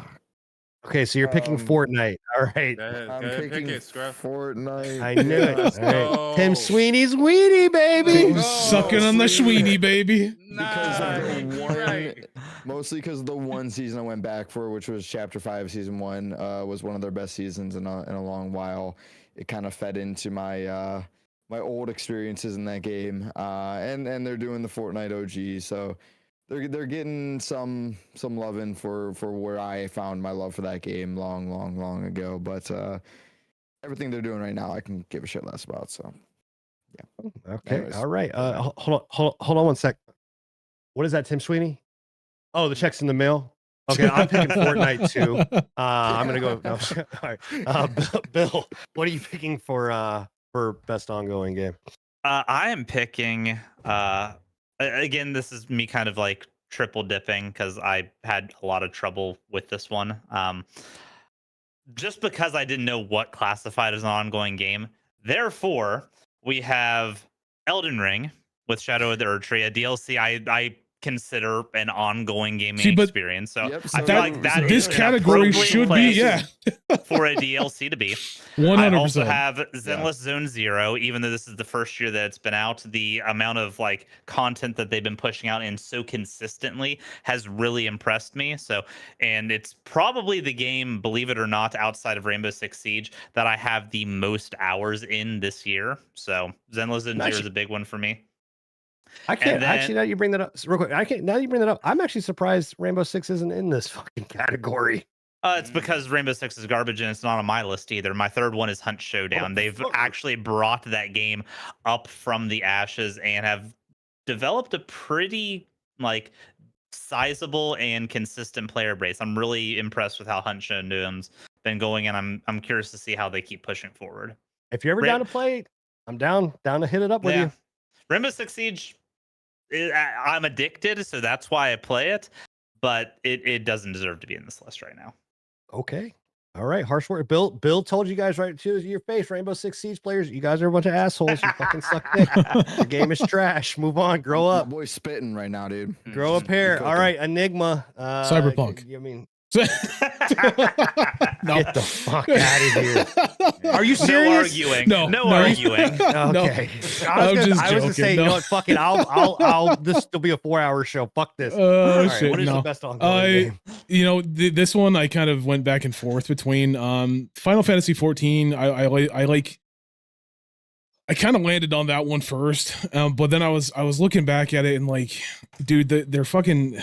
I love Final Fantasy 14. Please, Yoshi P, I love you. I love you. Please don't take this in a bad way. I love you. I There love goes you. that check. Final Fantasy 14, the recent expansion was ass. I'm sorry, it was terrible. Oh. Unanimously, Oh, you everybody hates it, right? Like nobody Hates. liked it. It's a Like strong word. it's very very ill, like Was that the one taken with the by your painter? yeah. Yeah. So okay, it- okay. Cryptomancer. I was originally going to go with Final Mhm. Fantasy 14 because, you know, ongoing again, like you said, DLCs, everything like that. That makes sense in this. But at the same time, I'm like, it just didn't do it for me, right? I'm I gonna think help. Dawn Trail is going to be one of those ones that gets a little bit better once the I hope following so. expansions come out. I really hope so. Because this is the first part of a new arc, so Yeah, I really hope so I because understand it's probably slow not in like great. world building and stuff. Yeah, it's not great. Like the storyline, everything just did not resonate with the player base. My pick was Helldivers 2 just because ongoing game. Again, it's one of those titles that I've played the entire fucking year since it released. and I have not gotten bored with it. Right, so like Fair enough. ongoing game, every time they come out with a war bond, you know, generally the war bonds are looked at favorably. You know, sometimes they're not as good as some of the other war bonds, but at least they're putting out decent content and putting out decent updates, and they're continuously updating the game with new shit for the player base to do, new global events. You know, the only thing we haven't gotten is the fucking new race, which they need to get on that as soon as possible. But yeah, Helldivers 2 for me. So. Okay. Nice. Tony, this is your time, man. My time to I don't shine. know where else you're gonna put it if you don't fucking put it here. Cyberpunk, Tony. Cyberpunk. So here's my thing. I had a hard time with this category. Only Did you? because I really did. I really did. So I'm on the fence like Bill because I rotate these 3 games. Like, well, 2 now. I stopped rotating the third. The third game that I was going to pick was the First Descendant. I need to go back to it, but we'll get to that later. These are the 2. Fortnite and Honkai Star Rail. I rotate these games religiously and faithfully. I play these games all the time. I can't speak highly enough about Fortnite bringing this new season with the rappers, the singers. You got Snoop, you got Eminem, you got Ice Spice, you got Juice WRLD coming to it. They constantly keep putting more and more stuff. They keep up with the culture, dances, songs, music, whatever. They got all types of stuff for any different flavor of what you want. I would have to really it's hard because I love Honkai Star Rail, but Fortnite kind of it's just doing it, bro. Like I'm sorry, like if you don't like one game mode, you go somewhere else to play something. You'll find something that fits how you play or how you want to play. It's really good. Can't speak highly enough about it, but that's best ongoing title for me. Hell Fortnite yeah. and Honkai is a star second, like strong second. Maybe one day Tony will grow up and play Yeah, real maybe. games, and especially if not playing on fucking controller. I thought he had a pair, but apparently he doesn't. Sweeney took him. So Tim Sweeney took him. So That's Tony's pair. they're sitting on it. They're sitting on a little storage chest right on top of this fucking desk right there. All right. So best ongoing game for me is actually going to be probably not hard to pick. If you're looking at my background, If you say Diablo 4, don't you say it's not. It's If not you hard. say It's Diablo actually 4. Core Keeper. Okay. No lie, 100% Core Okay. Keeper. I don't know if you guys have gone back to Whew. play that game. I don't know if you guys have Really? actually I haven't, seen but I've heard What is it really called? good things I about haven't. it. so Core Core Keeper. Keeper. We played, if you don't remember, we played this game minute. in early access a while back. And they went 1.0, but ever since Yeah. they were in early access and have gone to 1.0, they have been dropping nonstop content for that game over and over and over again. And I went back in and rebooted it up and played it a little bit. And I'm going to tell you right now that it is quickly becoming a game that I would put as for me up there with Dead Cells. Like if you know me, Dang, you've been son. around for a while. Dead That's Cells is like prestigious. my number one, like one of my favorite games of all time. It doesn't edge out WildStar, but it's fucking close. But Core Keeper has quickly become one of my top 3 games. It is Wait, why is it so much. WildStar in this? Oh wait. Oh man. Shut the fuck up, man. God damn you. But it is just it's so good. If you've never checked out Core Keeper, if you like games like Terraria, if you like games like Stardew Valley, Yeah, I was like about to say maybe not Stardew, but No, kind of yeah, Stardew. I guess 100% yeah, Stardew, Stardew, Stardew. No, it takes from Stardew and yeah. Terraria quite Yeah. Yeah, it has and got so much going for it, and it's Yeah. just a great game. Please go check out Core Keeper. You will not be disappointed, and it's You're- multiplayer. I agree. It's a fucking blast. You're Like convincing it me is. to go back. I agree with didn't, that. It is a I blast. didn't even You know need were to go still back on and that play it. game. Now You I'm need- gonna you- try it. Need to go back and play it if good you've time. not. All right, let's move on to games for Impact. Games for Impact are a thought-provoking game with a pro-social meaning or message. All right, so the nominees in here are Closer the Distance, Indica, Neva, or Neva, Life is Strange, Double Exposure, Sinuous Saga, Hellblade 2, and Tales of Kinzara Zhao. I am up. So I actually wavered back and forth on this between two games. One of them being Hellblade 2 because I think that it tackles a game that is or tackles split personality syndrome, depression in ways that is very, very, very unique. And I think it's really, really good. The reason that I didn't do Hellblade 2 is because I think the first one did it better and did a better job of really kind of encompassing what that was. For me, it's actually maybe a shocker, but it's Silent Hill 2. Silent Hill 2, if you don't know, and I'm not gonna try. I'm not. I don't want to spoil anything for anybody, but this game is technically fucking old as hell. It's a remake now, but there are some stereotypes and social dilemmas and issues that it covers regarding like not sexuality, but like sexual abuse, mental abuse, domestic violence that it hits on and does a very, very good job of like narrating those without being like on the nose and narrating those.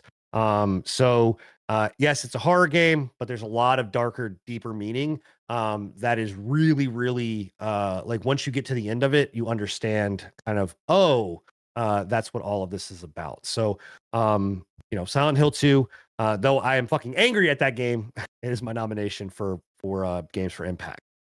We just moving hit over. the gambit. We just hit the gambit as well because now we have a remake that was nominated from us. So There we There you go. go. Yeah, Boom. that's it. Yahtzee bingo. Hey. All right, Tony, what did you pick for Games for Impact? So Games for Impact for me was Tales of Kinzara. I played a little bit of it. The wife played a little bit of it. We really loved the aspect of bringing like kind of Africanized culture to a game. It was actually really dope for what it was. With the main character being who he was like somebody's trying to get through a death and basically bring uh I can't remember all of the story, but it was of defeating these gods that would give him a power to, I believe, bring back life. But from start to finish, from what I saw and the little bit that I played, I actually really liked it. For it, almost reminded me of the Prince of Persia: The Lost Crown, like a side scroller, but with all different types of aspects to it. So that's what really did it for me. Very Tales cool. of Kinzara's out. Awesome. Very All right, cool. Enigma. I mean, I don't really have a lot to say on this. I didn't play any of these. I really can't think of anything for for an impact other than Senua's Saga, Hellblade 2. I agree with what you're saying, where like I think that Hellblade 1 did it a little bit better, but I also feel like, and I might be wrong here, but I feel like Hellblade 1 was longer than Senua's Saga Hellblade 2, and that might be a little bit like maybe the time to completion gave it a little bit more time to kind of cook. But the rest of them, A, I haven't played them, and B, Senua Saga is the only one that really comes to mind when I think of like you said, like a game that dives into thought provoking social meaning messages and everything like that. When it comes down to that, Senua Saga kind of hits the bill for me. So, Well, hitting the bill, let's go right over to Bill. Bill, what did you pick for Games for Impact? For me, it's Life is Strange. I feel like this series has always been kind of at the forefront of what this category is all about. And the new installment is more of that. I feel like it's a very good, I feel like it is an accurate representation of a lot of like kind of that like coming of age, but mixed with like real world trauma that some people actually do go through. So Life is Strange is it for me. nice. Okay. Gotcha. Ruffy.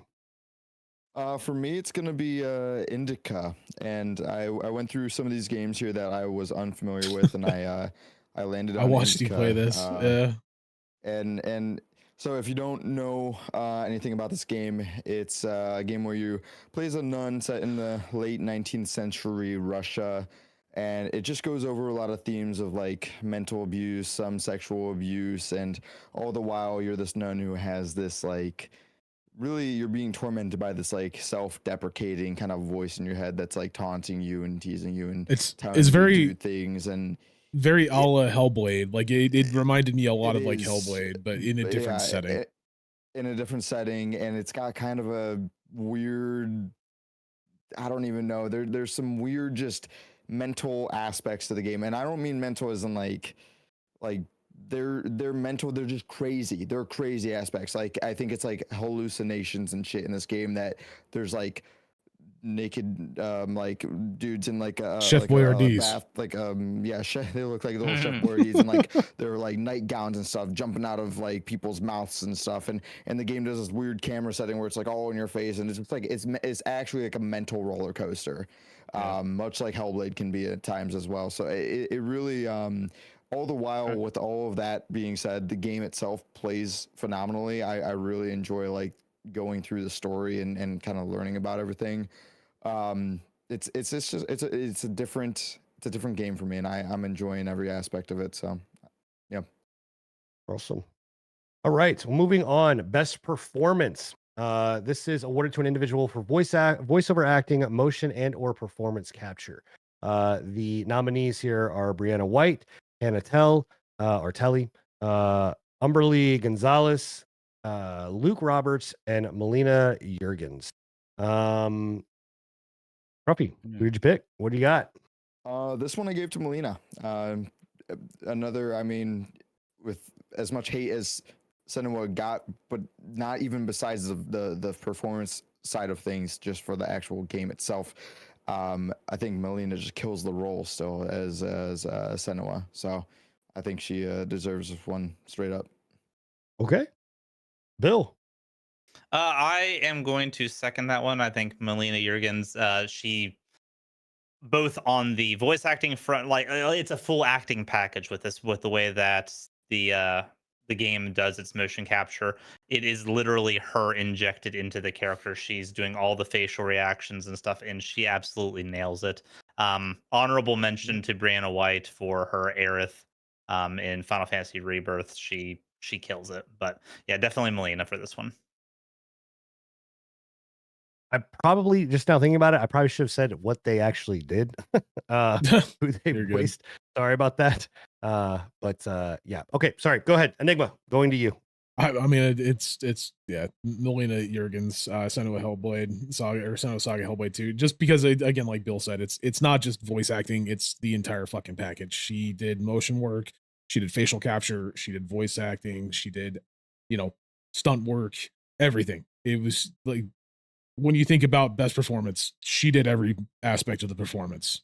And I'm not taking that away from everybody else. Like, I'm sure, again, like you said, Brianna White did a great job. Hannah Telly did a great job. Humberly, Humberly, I think is her name. Yeah, Gonzalez did. I'd say what you want about Star Wars Outlaws. She did a decent job on the voice acting. And then obviously Luke Roberts on Silent Hill 2 did an amazing job. But yeah, Melina Jurgens did the full package. So I actually think that Luke Roberts did a really shitty job. you do? Wow. I do. Wow. I do not like his voice acting in this no, he did really good. all.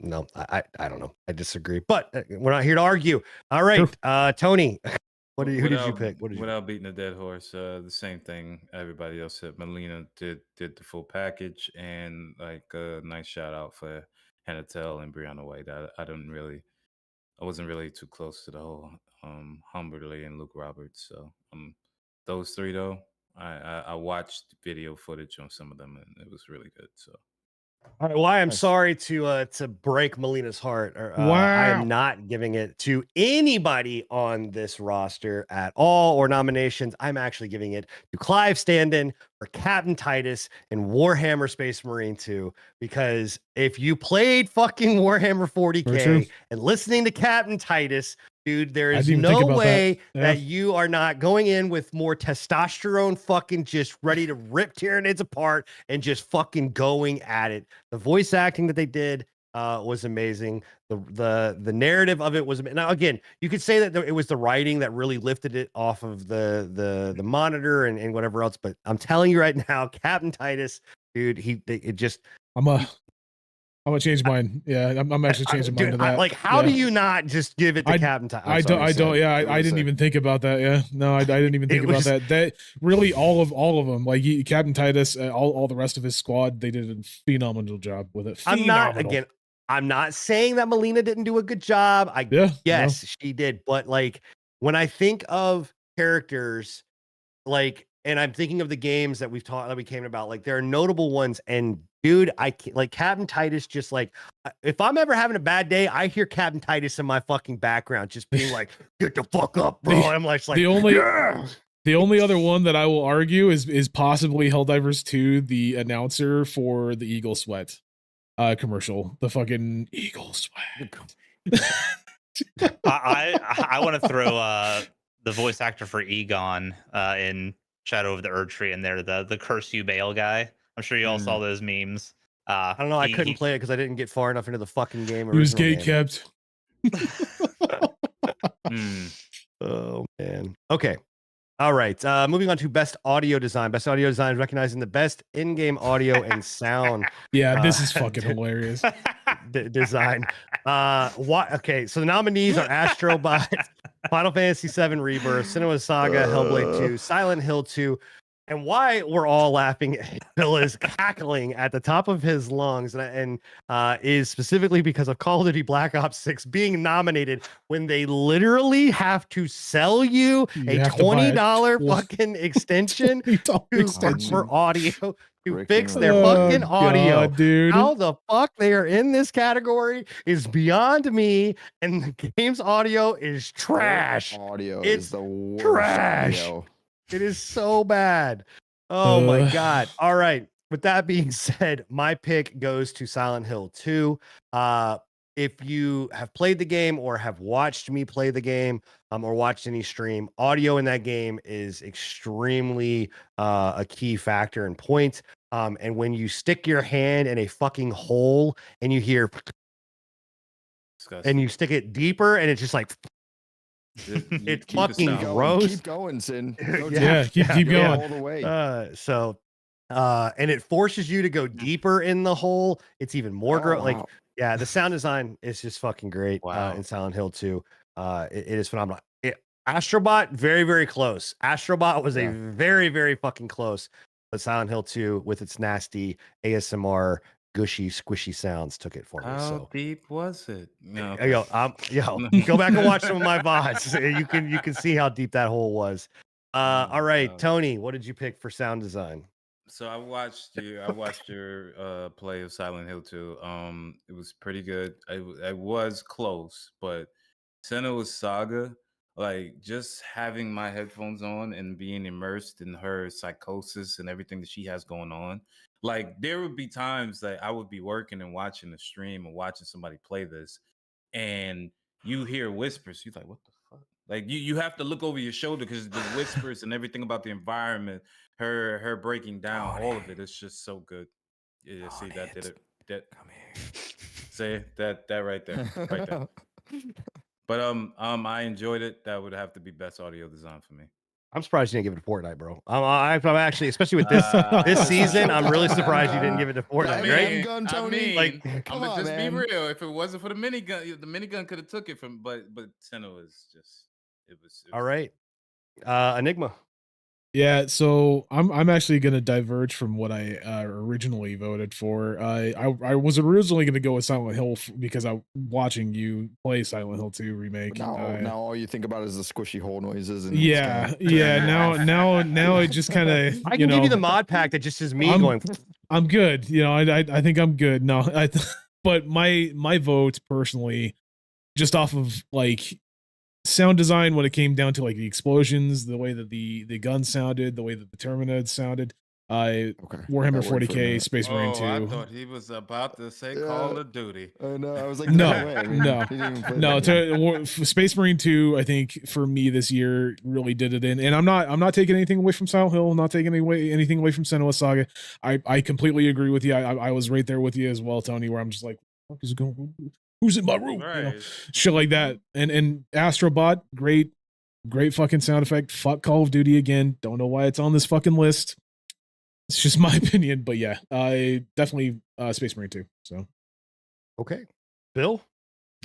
So I feel like horror games get it pretty consistently and easily uh in this category just because the nature of horror games is immersion and the audio design is a huge factor in that immersion.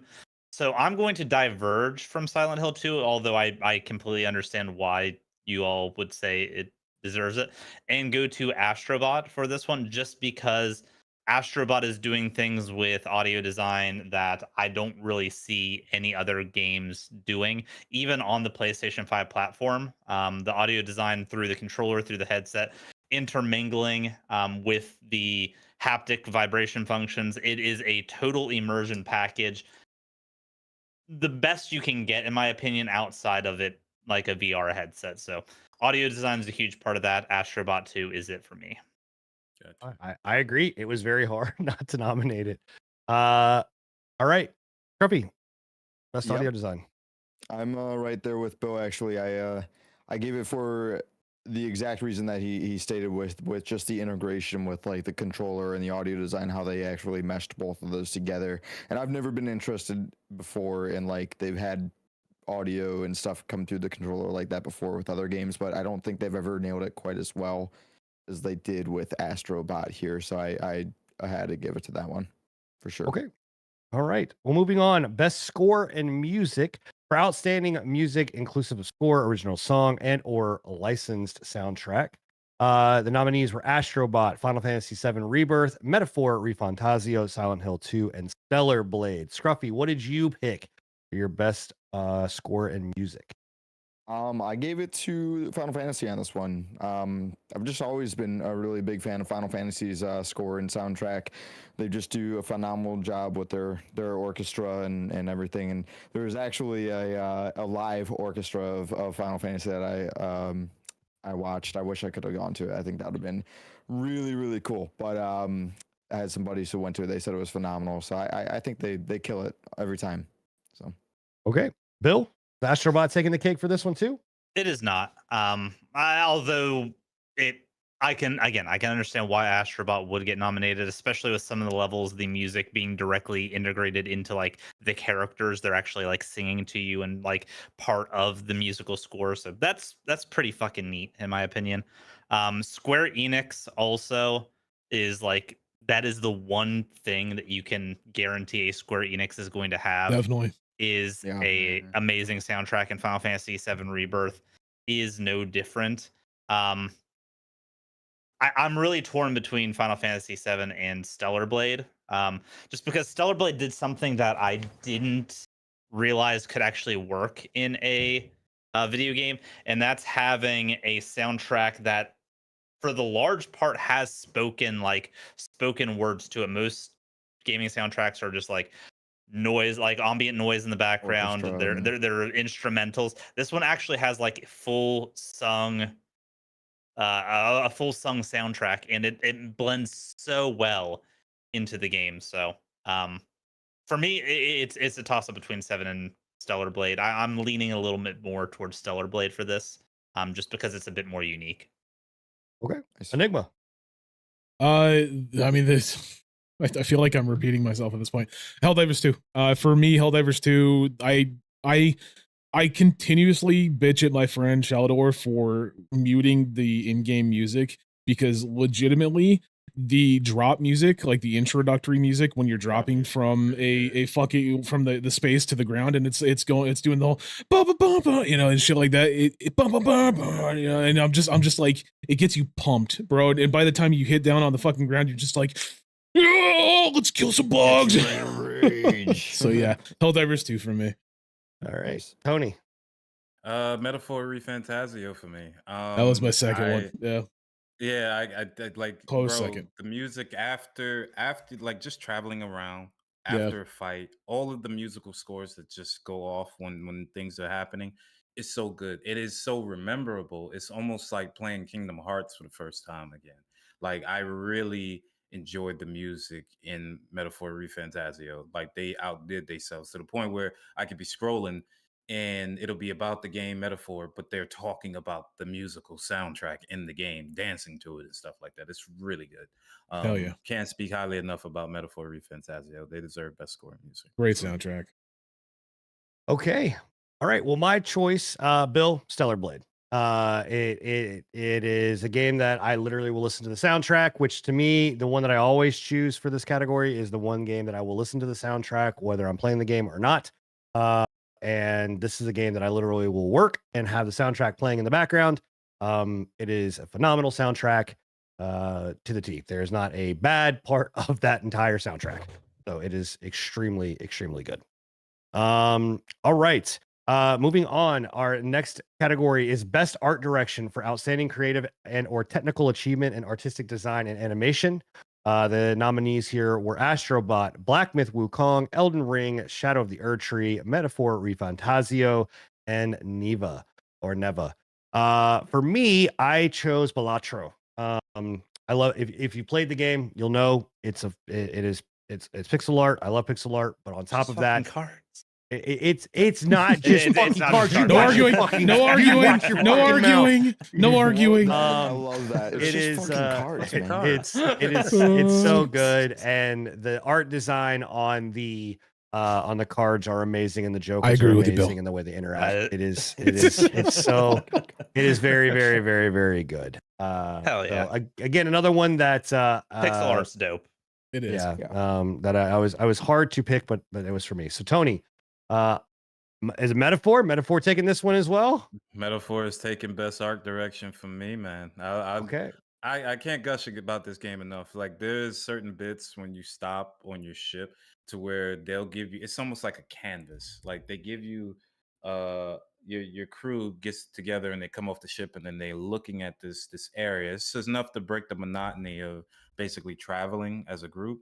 But once you're out there, it gives you just this field or this ocean or like, and it looks like a painting. It's so beautiful. It's really nice. The art direction is nice.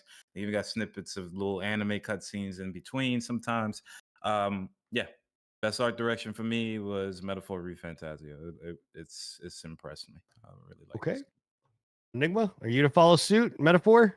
Yep, Metaphor. I think the biggest one that really solidified it for me was just like getting into it, the introductory. I legitimately, it has like a, I'm not gonna do any spoils, but it's like a 15-minute introductory that's just like it's like a fucking anime.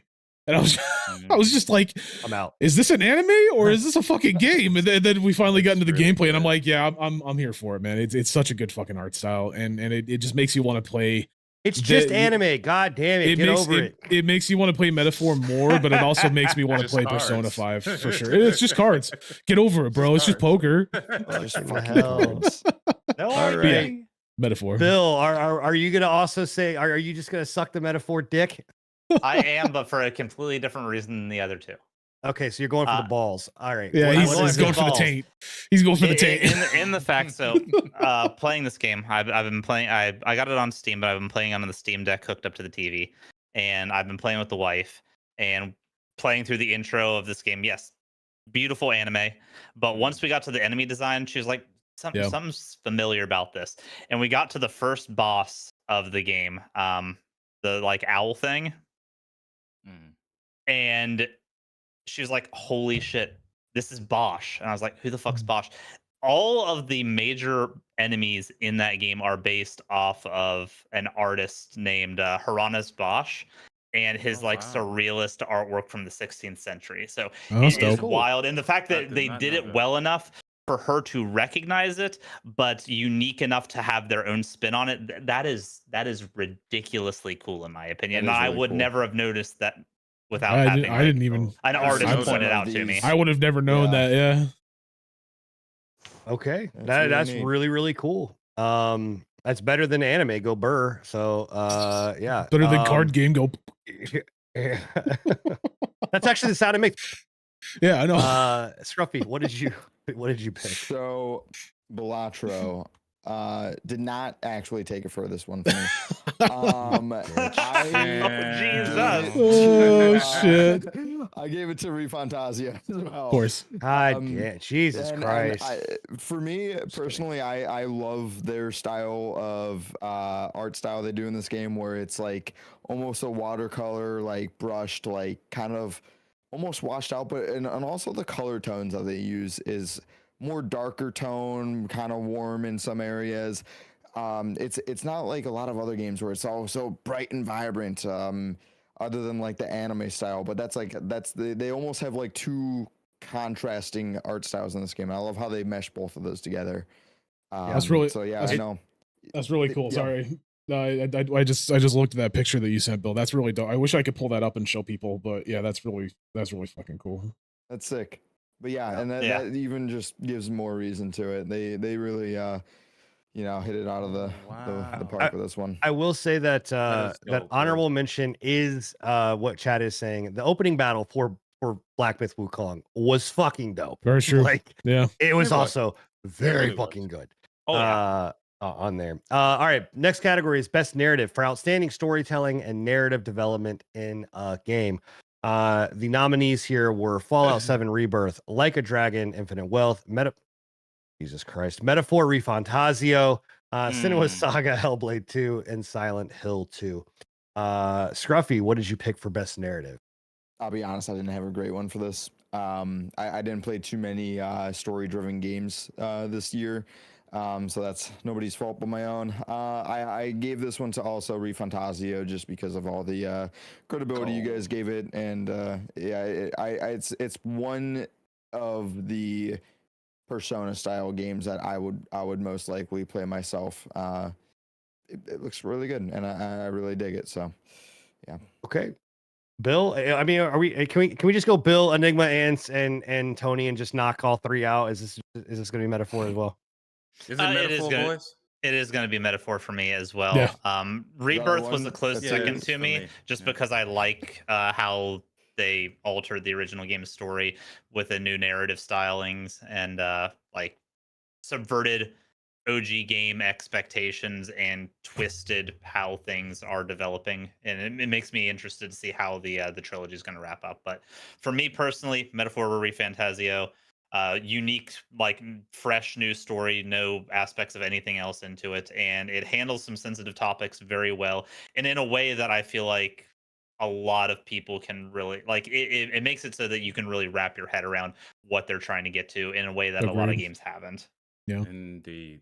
All right, Enigma and Tony, do you guys want Yeah. to fill in your I mean, your Me- opinions here? Metaphor ReFantazio. I mean, it's a given. Like like I said earlier, I think Metaphor is this year's Baldur's Gate 3. Like I honestly think that it is of that caliber, of that quality, right? I do want to give a mention to Space Marine 2. I do believe that Space Marine 2's narrative was outstanding. It was fucking amazing. And it's again it that final boss, that final level, just I gotta play. and again, I'm not going to do spoilers, but that is like one of the best final levels I've played in like the most recent decade. Like it was fucking amazing, and the narrative just all the way to the end was just phenomenal. But I think that Metaphor ReFantazio takes the cake by Tony, go ahead, Long finish off shots. the circle jerk, man. I mean, hey, listen, the game was great. That's all I got to say. I can't agree enough with Bill and Enigma. This game, like, And Scruffy chose it too. Don't give I voted for forgot it too. Scruffy did sell it. Yeah. Yeah.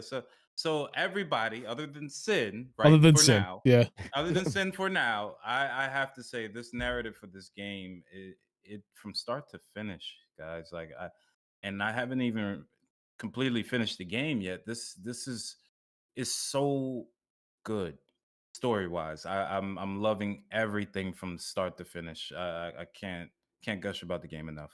Sending your turn.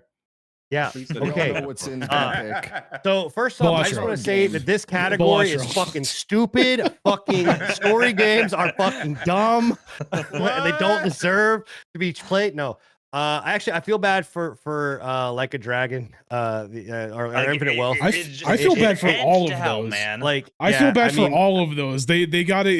It's ridiculous. Like Yeah. they, But mine is actually not in any of these, and it's Frostpunk 2, because the narrative in that game, I like, here's the thing, right? It literally is just a shitty, fucking terrible situation, and it's nonstop shit. And you just have to figure out how to in any game that lets you throw fucking kids into coal mines and In a like game. in a game and like And cannibalize Sims 4 old for it. people and whatever. In a like, it's game. fucking great. You add in a- multiplayer to that game, it's the fucking game of the century. That's all I'm saying. No, Big I game. I do like the narrative that they did in this. All jokes aside, it was really good. And again, I don't have anything against Metaphor or Fantasio. Like I'm just giving shit to give shit. But Frostpunk 2 really does have a dope, like, it gets overlooked because of like what the game is, but like the narrative in that game and how it presents it to you and the challenges that it presents to you is actually done extremely well. I really it's a good game. Like it really deserves to be, I think, nominated for best narrative. All right, moving on to our second to last category and then we hit game of the year. But this is for best game direction, awarded for an outstanding creative vision and innovation in a game direction and design. The nominees here are Astrobot, Balatro, Black Myth Wukong, Elden Ring, Shadow of the Erdtree, Final Fantasy VII Rebirth, and God damn it, Metaphor Fantasio is go. on here again. My pick for this one, hands down, I have denied this game ever since in every other category. I will not deny it in this category. Astrobot. The direction that it took, how it did things, what it did, the way that it was innovative with not only and really it's the only game truly to use that controller, like Bill said, to every aspect of what it can do. That deserves nominations and to win. So Astrobot hands down takes it for me in this category. Tony, I'm gonna toss it to you. It was close. It was close. Metaphor was peaking, crowning, but it's Astrobot. I'm sorry. Astrobot did really well. It's very innovative with the controller. It reminded me of going back and kind of playing Crash Bandicoot for the very first time ever again. You know how amazed we all were when we first played Crash Bandicoot? Or Spyro, this is Spyro, the for feel sure. good type. I wasn't of... amazed. I was pissed half the time. What do you mean? What? Get good, bro. It's that feel Skill good type issue. of game, bro. Astrobot just had it for me, and the way they use that control, that is the only game that I've seen to use the controller the way they did, and incorporate the other IPs and titles into their game. It was phenomenal. Astrobot hands down. I didn't say anything else about Astrobot throughout the other titles because, I mean, personally, there was other things that I felt deserved it more. But in terms of game direction, like creative vision, Astrobot. All right, I'm good on that. Enigma. Uh, Astrobot. yes, surprisingly, yes. Hey.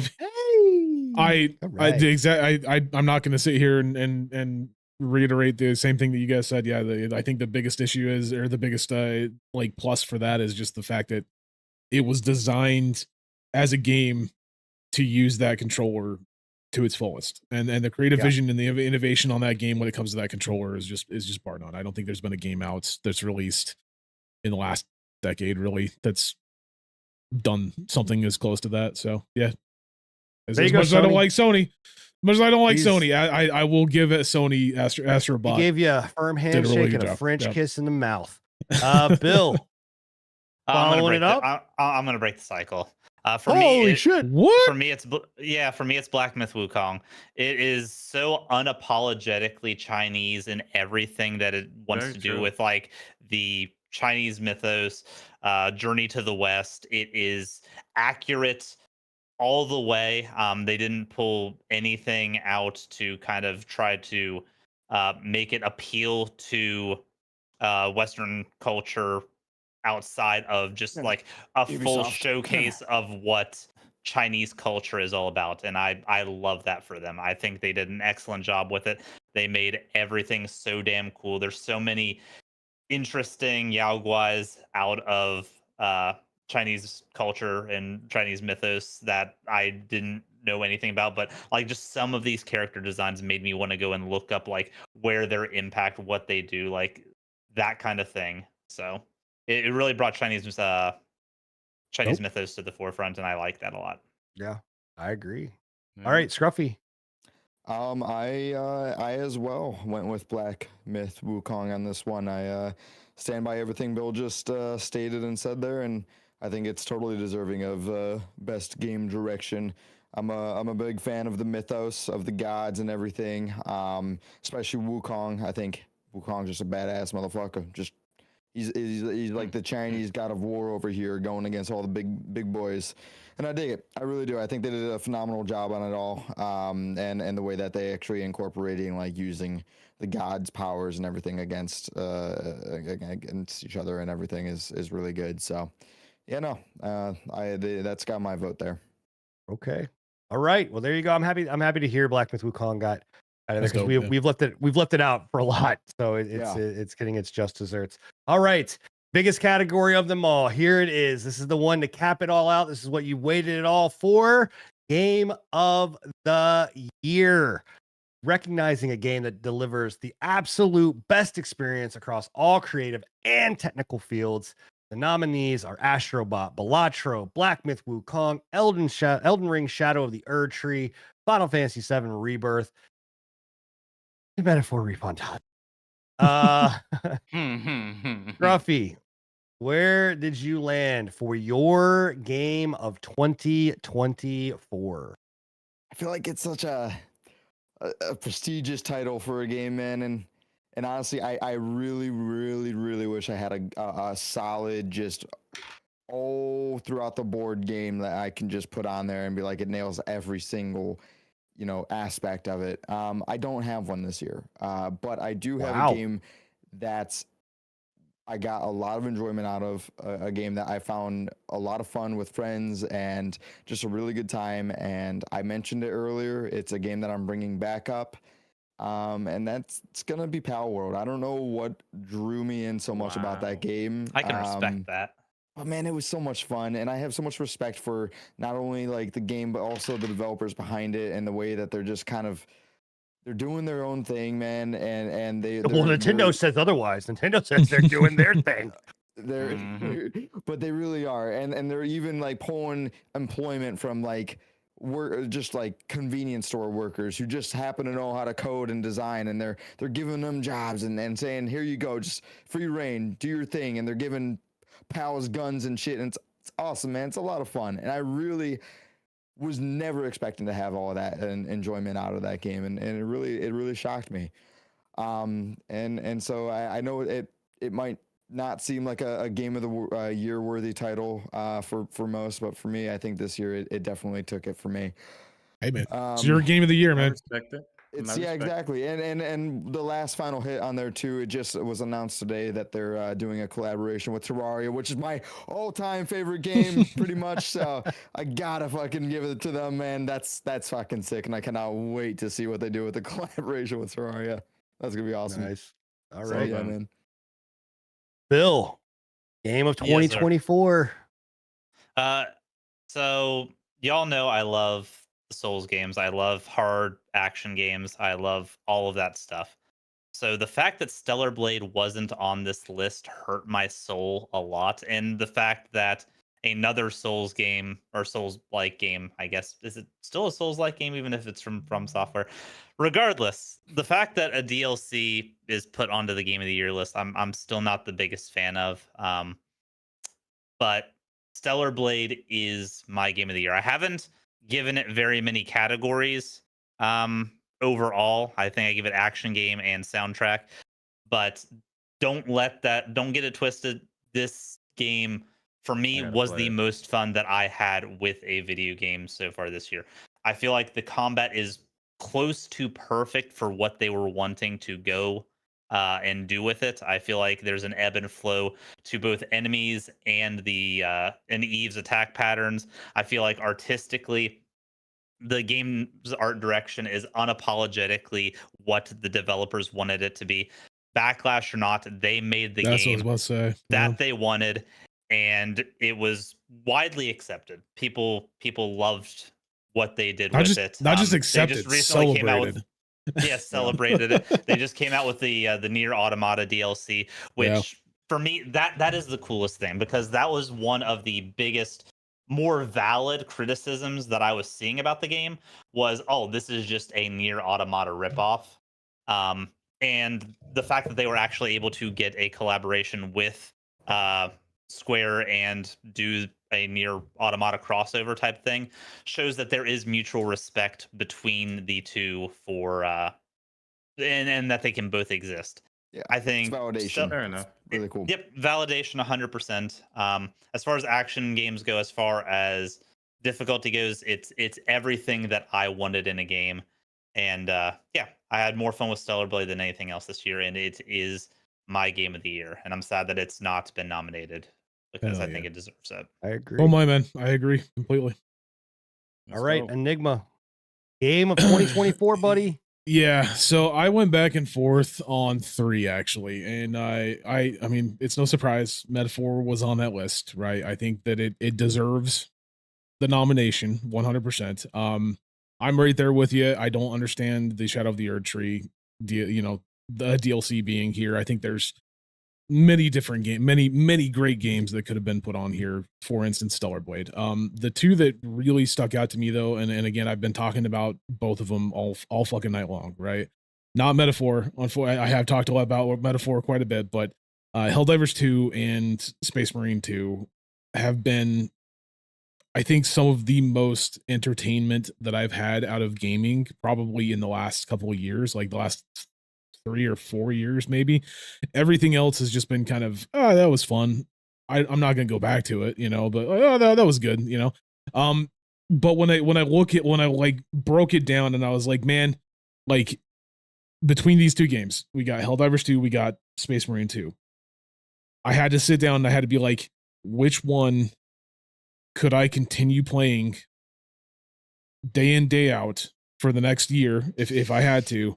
Which one of these could I do? And it always comes back to Helldivers. And so Helldivers, for me personally, is my game of the year. I'm a little upset that both Helldivers 2 and Space Marine 2, didn't get a fucking nomination at all for game of the year, which baffles my mind completely when you have a DLC. And as much as Balacho is great, I don't think personally think it's game of the year material, but we're not going to get into that argument at all.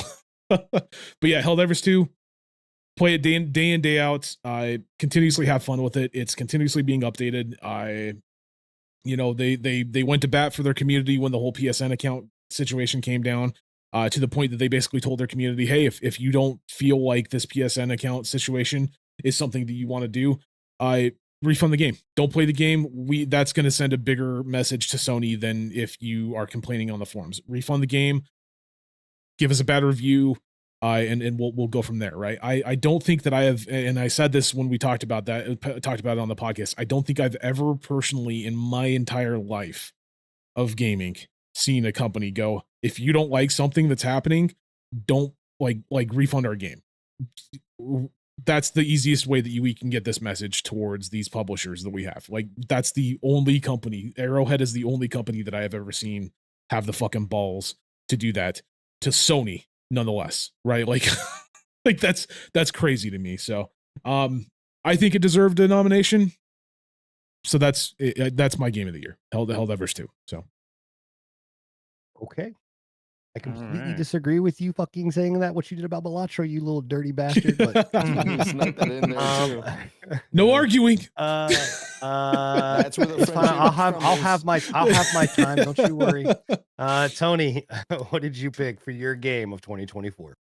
It is really hard. I had a hard time here, boys. Like, so for me, Metaphor was kind of like the sleeping giant that just came out of nowhere for me. Oh. Like, I did not expect this game to have me like it, I loved Black Myth Wukong. Like, loved that game.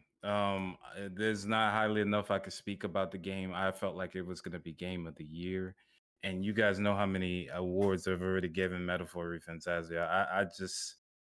I gotta give it to Metaphor, bro. Like, Solid I choice. Man. can't not call it the game of the year just because, like, I've never jumped into an RPG like this and it sucked me into the point where I'm almost 100 hours in already, and it's sick. Like, this game is really good. Black Myth, you deserve, like, you really did deserve game of the year, because when I first started, I was like, bro, this game can't be beat between the visuals, the animations, the like Bill said, the Chinese lore, the it is so good. And Bill just hitting on the fact that the and metaphor, there those are actual, like, paintings.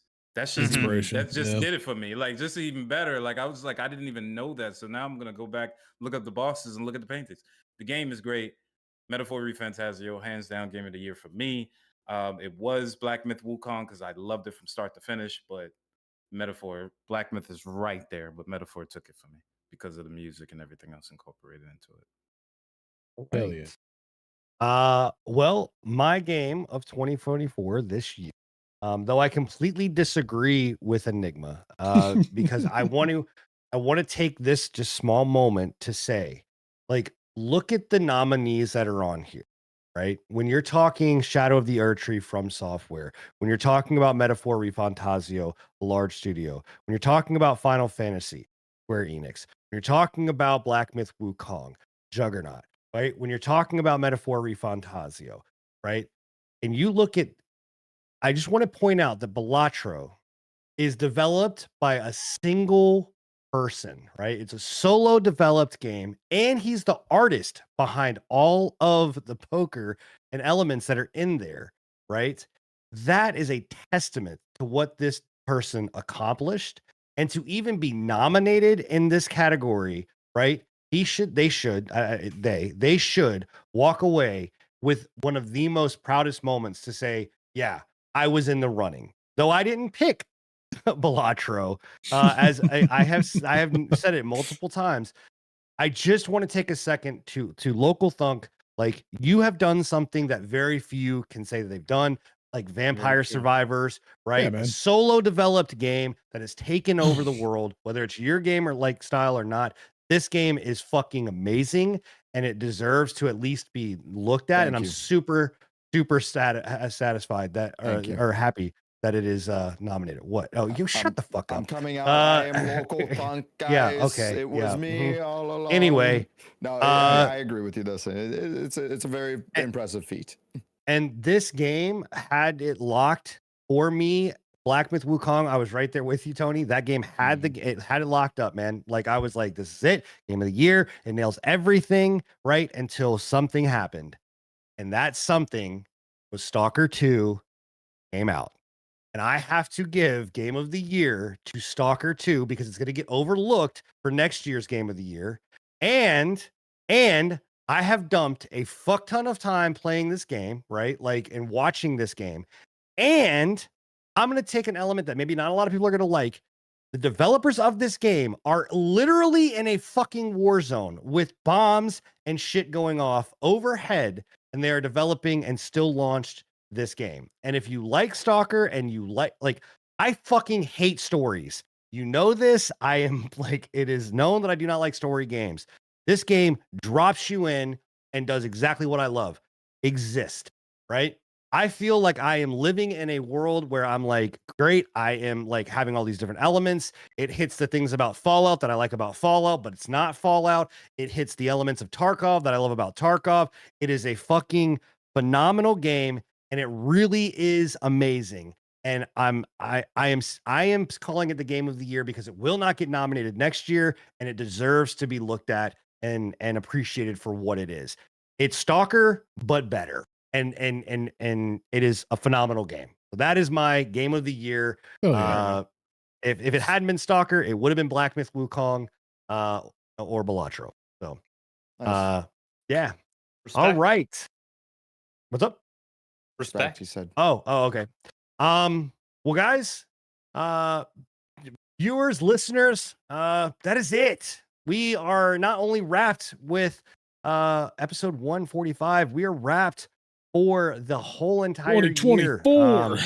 Yeah, Hell 2024 is in the books. I put up 3 fingers. Um, No, my bad. Before we end, I am going to go back around and give everybody a chance to just kind of recap, because normally we kind of do one last show where it is like a recap of the year and all of that kind of stuff. But obviously, since we're not doing that, I want to take a moment to let everybody on here, just kind of recap what they've loved about the show and their time and all of that kind of stuff. And again, we'll keep doing the whole reverse snake. I'll kick it off. Honestly, this year has been ups and downs for me. This year has been a lot of trials and tribulations and turmoil. Whether it's health or personal situations and all of that kind of stuff. And really the world that we're in right now with the election and all stuff, there's just a lot of negativity.